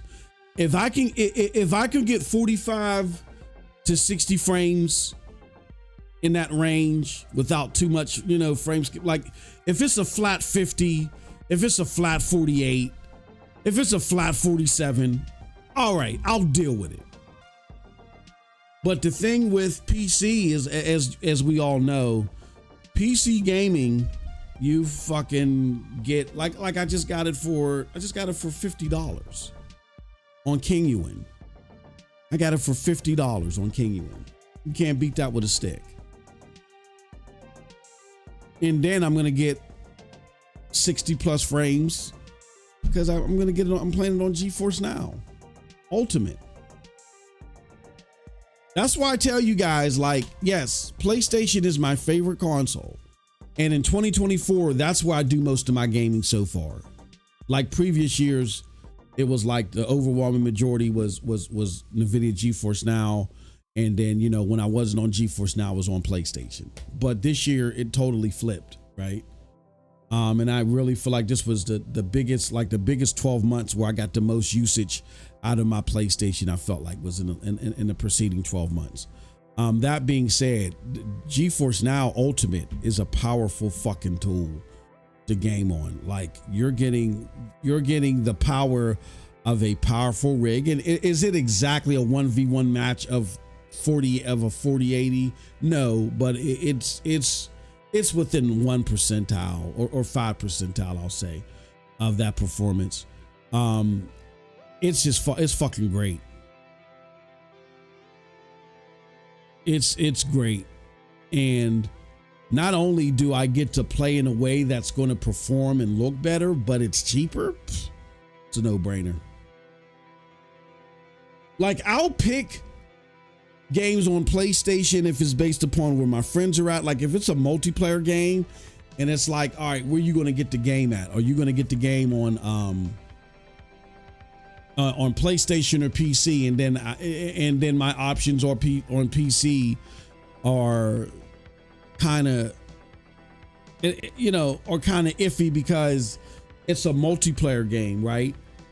And I don't want to deal with the cheaters on PC. Then yeah, I'll pick PlayStation. I'll definitely pick PlayStation. Like, nah, fuck that. I'm playing on PlayStation.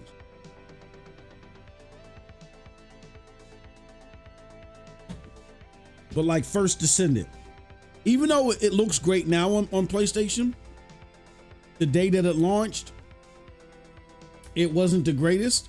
And I went to PC and NVIDIA GeForce Now, and I just haven't looked back. So that's why I'm getting it on NVIDIA GeForce Now. But no, definitely wherever you game. That's why I said I'm not even mad. We're going to end this poll. Do you think that the Xbox brand has become too confusing? We're going to, wherever you game, man. I don't care. Like it. If you like Xbox, that's fine. I'm not mad at you because you like Xbox. My problem with Xbox is the lack of transparency that they give to a wing of their consumers. They lie their fucking asses off, or they deceive, or they what's the word I'm looking for? They encourage deceitful ways with creators that they fly out and have come visit them and shit, and they go over tactics to lie, and they don't care who they harm. Like they don't care if they harm, they definitely don't care if they harm the consumer, but now they don't even, the people that they've partnered with to do this shit, they don't care if they harm them. Like Tim Dog yesterday, one of the things that he said publicly, and he elaborated on even more in our interview, was it's like Phil, he didn't say exactly what, and I wouldn't want him to either. He said it wasn't that Phil didn't give him a clue that things were changing. He said, you know, he's reached out to Phil in so many words. Phil kind of like let him know, hey, look, I can't guarantee you that we're not doing that.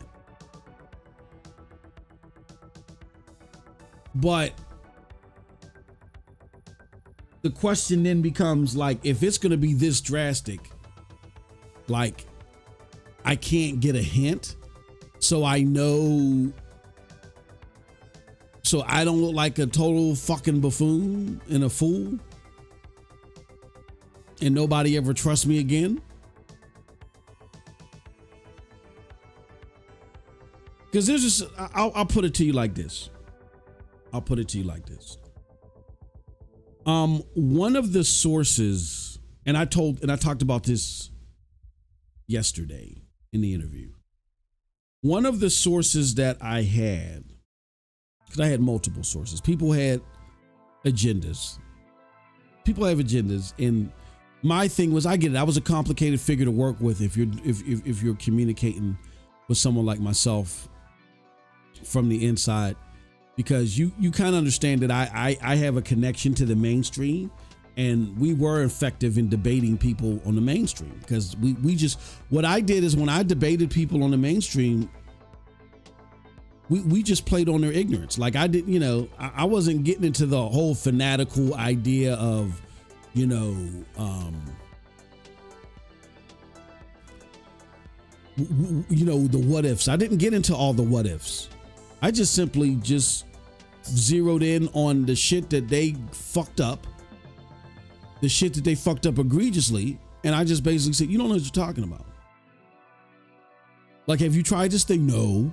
Okay, well, then what are we even talking for? Like, you don't even know what you're talking about. Like, you're telling me that sandwich is nasty, but you've never even taken a bite out of it. You're not credible. I just attack the credibility of people, because don't talk to, like how we just saw with Parris, don't talk definitively about something if you haven't even at least tried it. Because you're talking about shit that you don't know about. Because there could be nuances and caveats to certain things that you may not just understand without trying it. So I understand that because we were effective there, that you had people internally that wanted to reach out to me and maybe drop some shit on me and pass something along. But I will say this, one channel that I had, one thing that they did do, which was cool, where, you know, I would have to go back to the tweets and follow. It was right before I caught COVID. When Sundar, I believe that's the CEO of Alphabet, when he was talking about there's going to be some difficult decisions that are being made, right?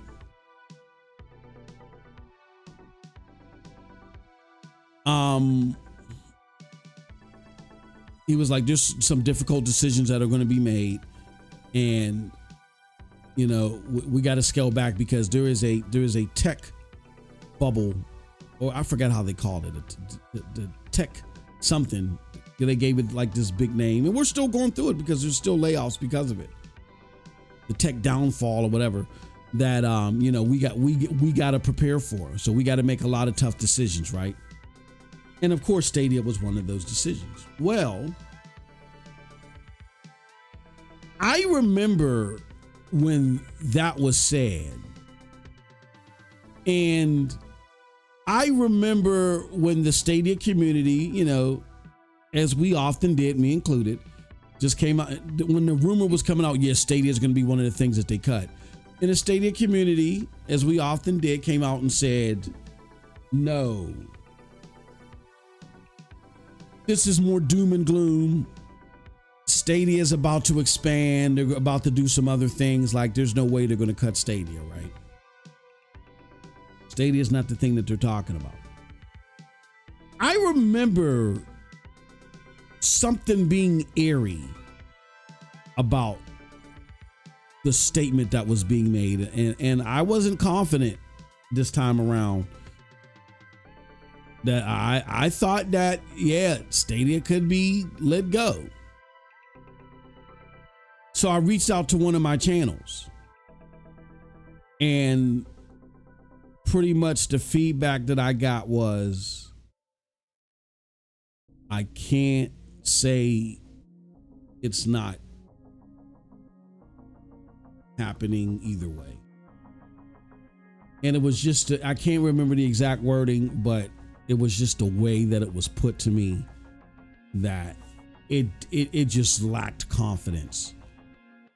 And if you follow my content around that time, you should know that while that round, I was very vocal. Every time there was Stadia FUD out there, I was vocal. I was subtweeting and saying all types of shit and trying to smack it down. If you notice, when that shit came out from the CEO, I didn't say shit about it. I didn't say anything. I was like, whoa. All we can do is just cross our fingers and hope they survive this round. Because if they survive this round, then they're pretty much gold. If they can survive this, because dudes sound very panicked talking about it. And if they still decide to stick with Stadia beyond this, then yeah, they're really investing in the future of this. But it's not a guarantee. And unfortunately, Stadia didn't make the cut. He didn't make the cut. But yeah, we all have people that are close to information and stuff like that. But like I explained this yesterday. Okay, say for instance, Cold Blood has a company, right? Cold Blood had, and hopefully this will help you guys understand how business works. Because a lot of these motherfuckers out here that are telling you shit, like when we had Jeff Grubb out there talking about or indicating or insinuating that they sat around and watched the numbers of Destiny did, or Bungie, Sony sat around and watched the numbers of Fallen Shape or whatever it's called, to determine if they were going to do layoffs. That was one of the most ignorant takeaways that I've heard in a long time from someone that is supposed to be a seasoned journo around this shit. Like, no, business doesn't fucking work like that. Like, if you're going to decide to lay people off, that decision was made months ago. So Final Shape had no indicate that they had to lay those people off months ago. Unemployment insurance is involved, contacting the state, Social Security, all that stuff. You gotta, you can't just sit there and say, okay, go ahead and do it and let them go. You got to talk to your HR. You got to talk to your legal teams. Which employees are part of a protected class that you can't fuck with. You know, all that shit. All this has to be laid out and decided months ago. You can't just sit there and call the state and say, oh, you know what? We told you that these people would be laid off to warn you to, so you could allot the resources in case they file for unemployment. We changed our mind. Never mind. You can't fucking do that. Once you pull that trigger, the bullet is flying. There is no putting the bullet back in the case. So when I was listening to that podcast and I heard that being insinuated, I said, God damn. This is truly amazing buffoonery. We coined that last week. TAB. Truly amazing buffoonery. And this community is riddled with it. Talk so much about shit you don't know.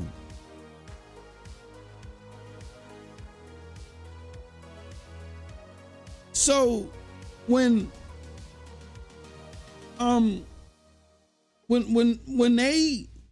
Stadia and when Google decided that they were going to let Stadia go,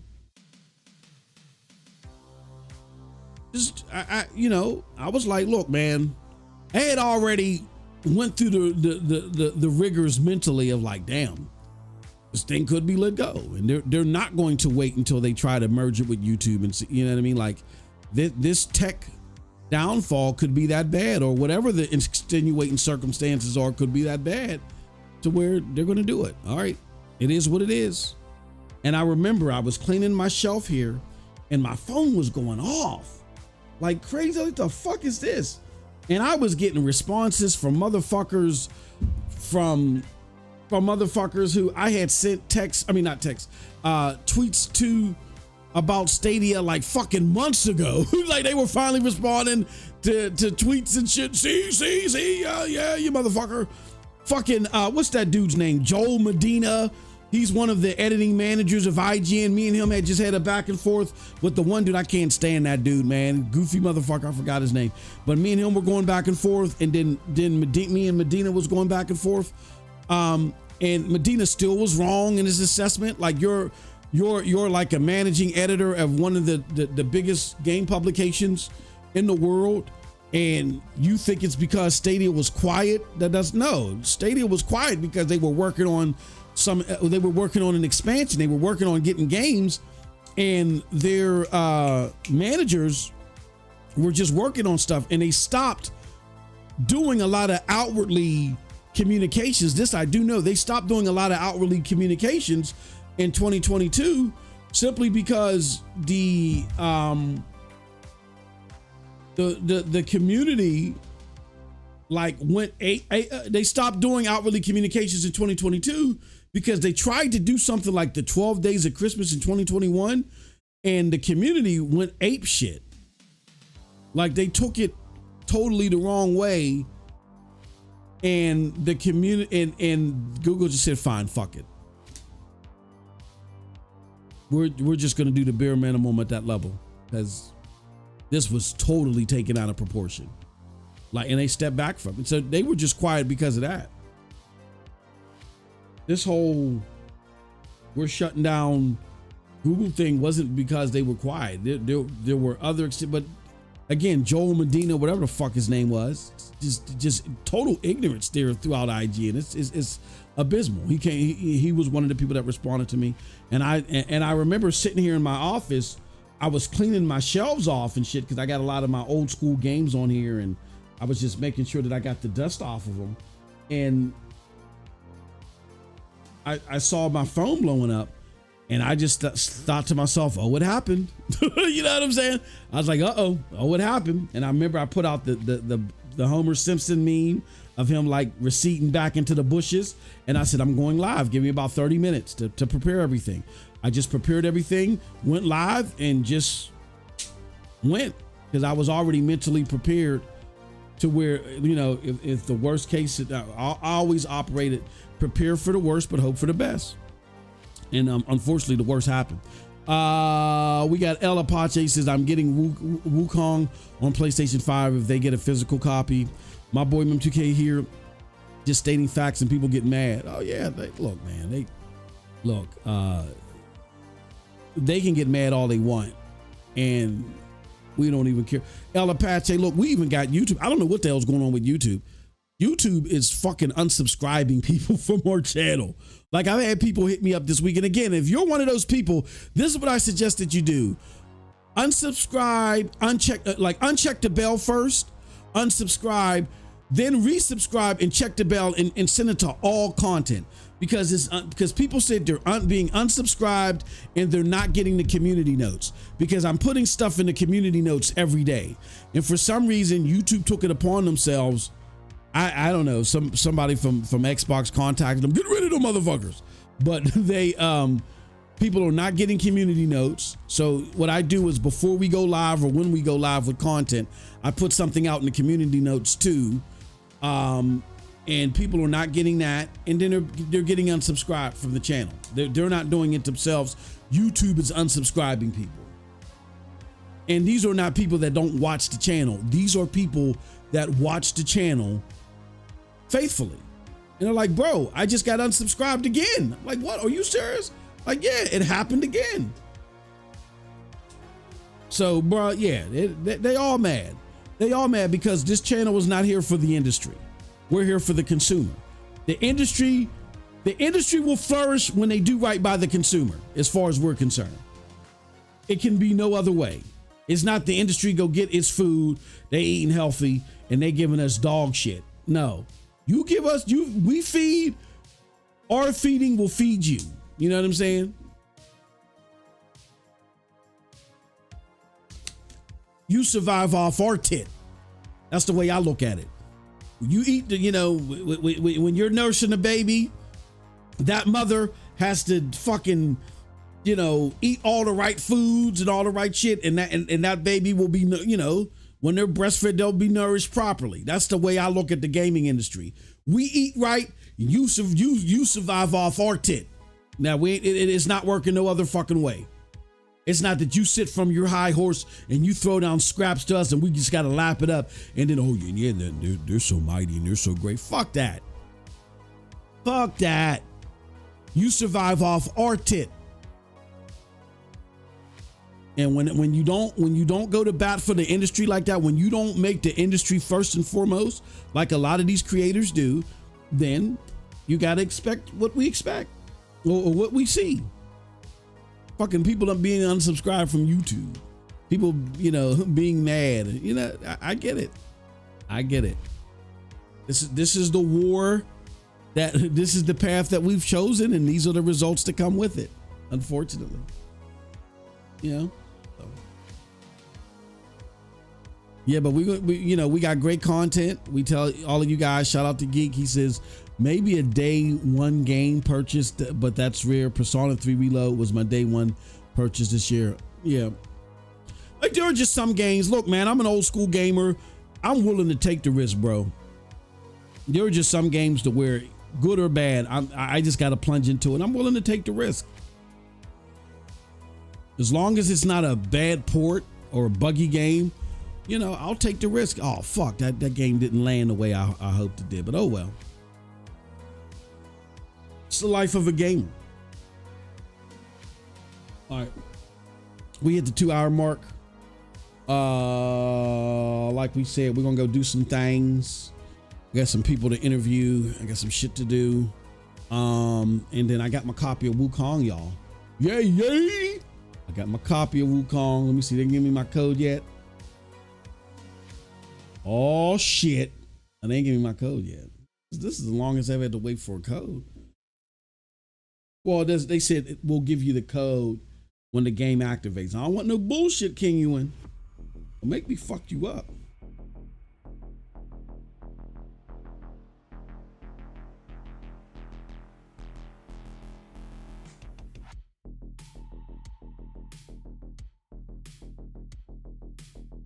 So, and if this is what I do here, I'm going to show you guys something. In case you do buy games off of PC, before I go, I do want to show you guys this all key shop. This is where I fucking go, bro. This is where I go. I don't fuck with nowhere else, bro.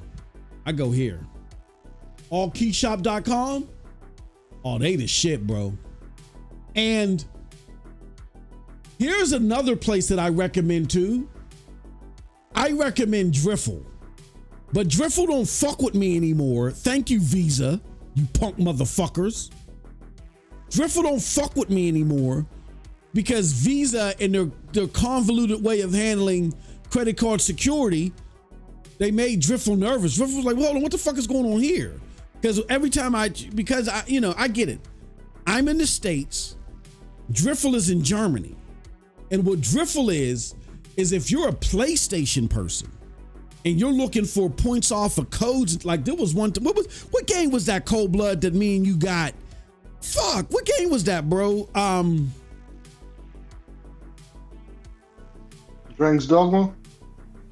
I think it was Dragon's Dogma. No, because I got Dragon's Dogma off of Stellar Blade. I was trying to get Cold Blood and I, thanks to y'all, we hit the kitty and we was going to get us copies of Stellar's Blade, and we could have got both copies for like fucking $80, bro. Like, it was real crazy. And I was thanks to Driffle. Driffle had like all these coupons, this and this and that. So I was trying to do the purchase and my card kept rejecting it because I got that Visa protection on it. But and then they would send me a text and be like, there's a purchase happening in Germany. Do you approve it? And I would be like, yeah, I approve it. And they were like, well, it's too late. You can't, it was instantaneous. Like, my phone sitting right next to me. They're like, it's too late. Tell them to push it through again. And Driffle was like, we don't know what the fuck is going on with your car, bro, but we don't trust you. So they like blacklisted, not just my cards, but my entire fucking account. They blacklisted my bank account, bro. So, I'm like, fuck. But yeah, try Driffle, man. Driffle's the shit.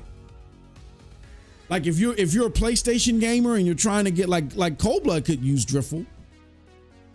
But if you're trying to get like a whole bunch of points and codes and shit like that and get like a significant price off, like Driffle is the shit. So try Driffle. But I go to allkeyshop.com and you can see Wukong is right here. I go to Wukong. Now, for some reason, yeah, I think it's got it in euros. I think, yeah, it got it in euros because that's where I was trying to buy. Oh, no. Because euros is right there. All right. And I fuck with King Yuan. I operate with King Yuan. So when I went here to King Yuan, I got a significant price decrease. It's already cheap. But here they listed as $53.40. You know what I mean? That you get 50, you can get it for $53.40 instead of having to pay the whole $70 for the game. Let's look on Steam right now. Steam, that motherfucker.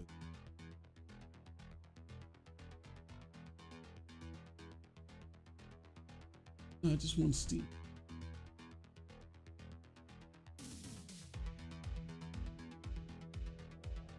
All right, you're not gonna. Okay, I was about to say you're not gonna. Okay, so let's go to Wukong. Wukong. Oh no, it's only 60 on Steam. Oh, it's not so. I'm thinking it. The motherfucker was 70 on Steam. Okay, well you still get to save you some money. The deluxe edition is 70. Ah, okay. All right. Well, that's fine. You still get to save you some money if you go to King Yuan. Get a decent discount on the game. But this is where I go for all my PC codes.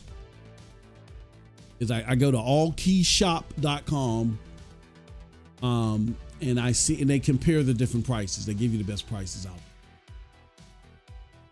Like here, you could have got it on Driffle, even for Steam on Driffle, at a low price. PlayStation 5, let's see. This is an account pre-order bonus. PlayStation Store, you get the deluxe. Okay, so there's a pre-order bonus here, but Driffle gives you a whole bunch of, like, you'll go buy PlayStation gift cards and you'll get them at a significantly low price. A significantly low price. So I would definitely check out Driffle. I mean, we'll check out Driffle, but all Key Shop. All right, y'all, that's it. We're the fuck out of here. We will see you guys tomorrow. Tomorrow morning, what I'm going to do is we're going to, because tomorrow you're actually going to get 2 videos tomorrow. Tomorrow you're going to get the video for that you guys saw today as we were letting the lobby fill up. And that's the sneak peek of the Tim Dog interview. You'll get that like around probably noon, because no. You'll get that around, we might do like a 2-hour because it's Tuesday. We'll probably do a 2-hour early bird special. And then right after that early bird special, I'll drop that video of the Tim Dog interview. And then at 2 or 4 p.m. that day, you're going to get another video that's going to be the precursor for our show on Wednesday. So that's how we're doing it. You're going to get a video the day prior, and then the next day we're going to talk about the subject matter on stream, because we're doing it so early now that, you know what I mean? We're not going to be, we're the first to react to it, which I think is fine. It's like, let's put the video out the day before, get you guys percolating about it. and then we're going to talk about it, in the following day's episode. So that's what we're going to do tomorrow. Tomorrow you're going to get 2 videos. You're going to get the Tim Dog video, and then you're going to get this other video. I want this other video that we got out there cooking right now with King Thrash in Puerto Rock. I want you guys, I want that to be out there. Because again, YouTube, we get hate from YouTube, and we want everybody to see our content as much as possible. When I put out a video, YouTube just smothers the previous video. Just like, okay, cut off the spigot, which that doesn't happen to anybody else. So what if you got 5, 6, 7, 8, 9? Who gives a fuck? Like, they're videos, and if they're relative to what's being discussed, if the tags are relative, if everything is set up, why not just play it?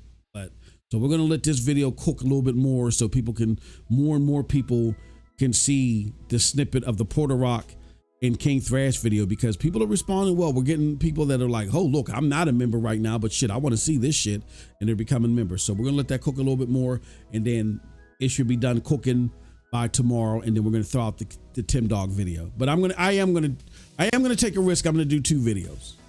We're gonna do 2 videos. All right, y'all. With that being said, appreciate everybody. Till next time, have a wonderful gaming day. Peace.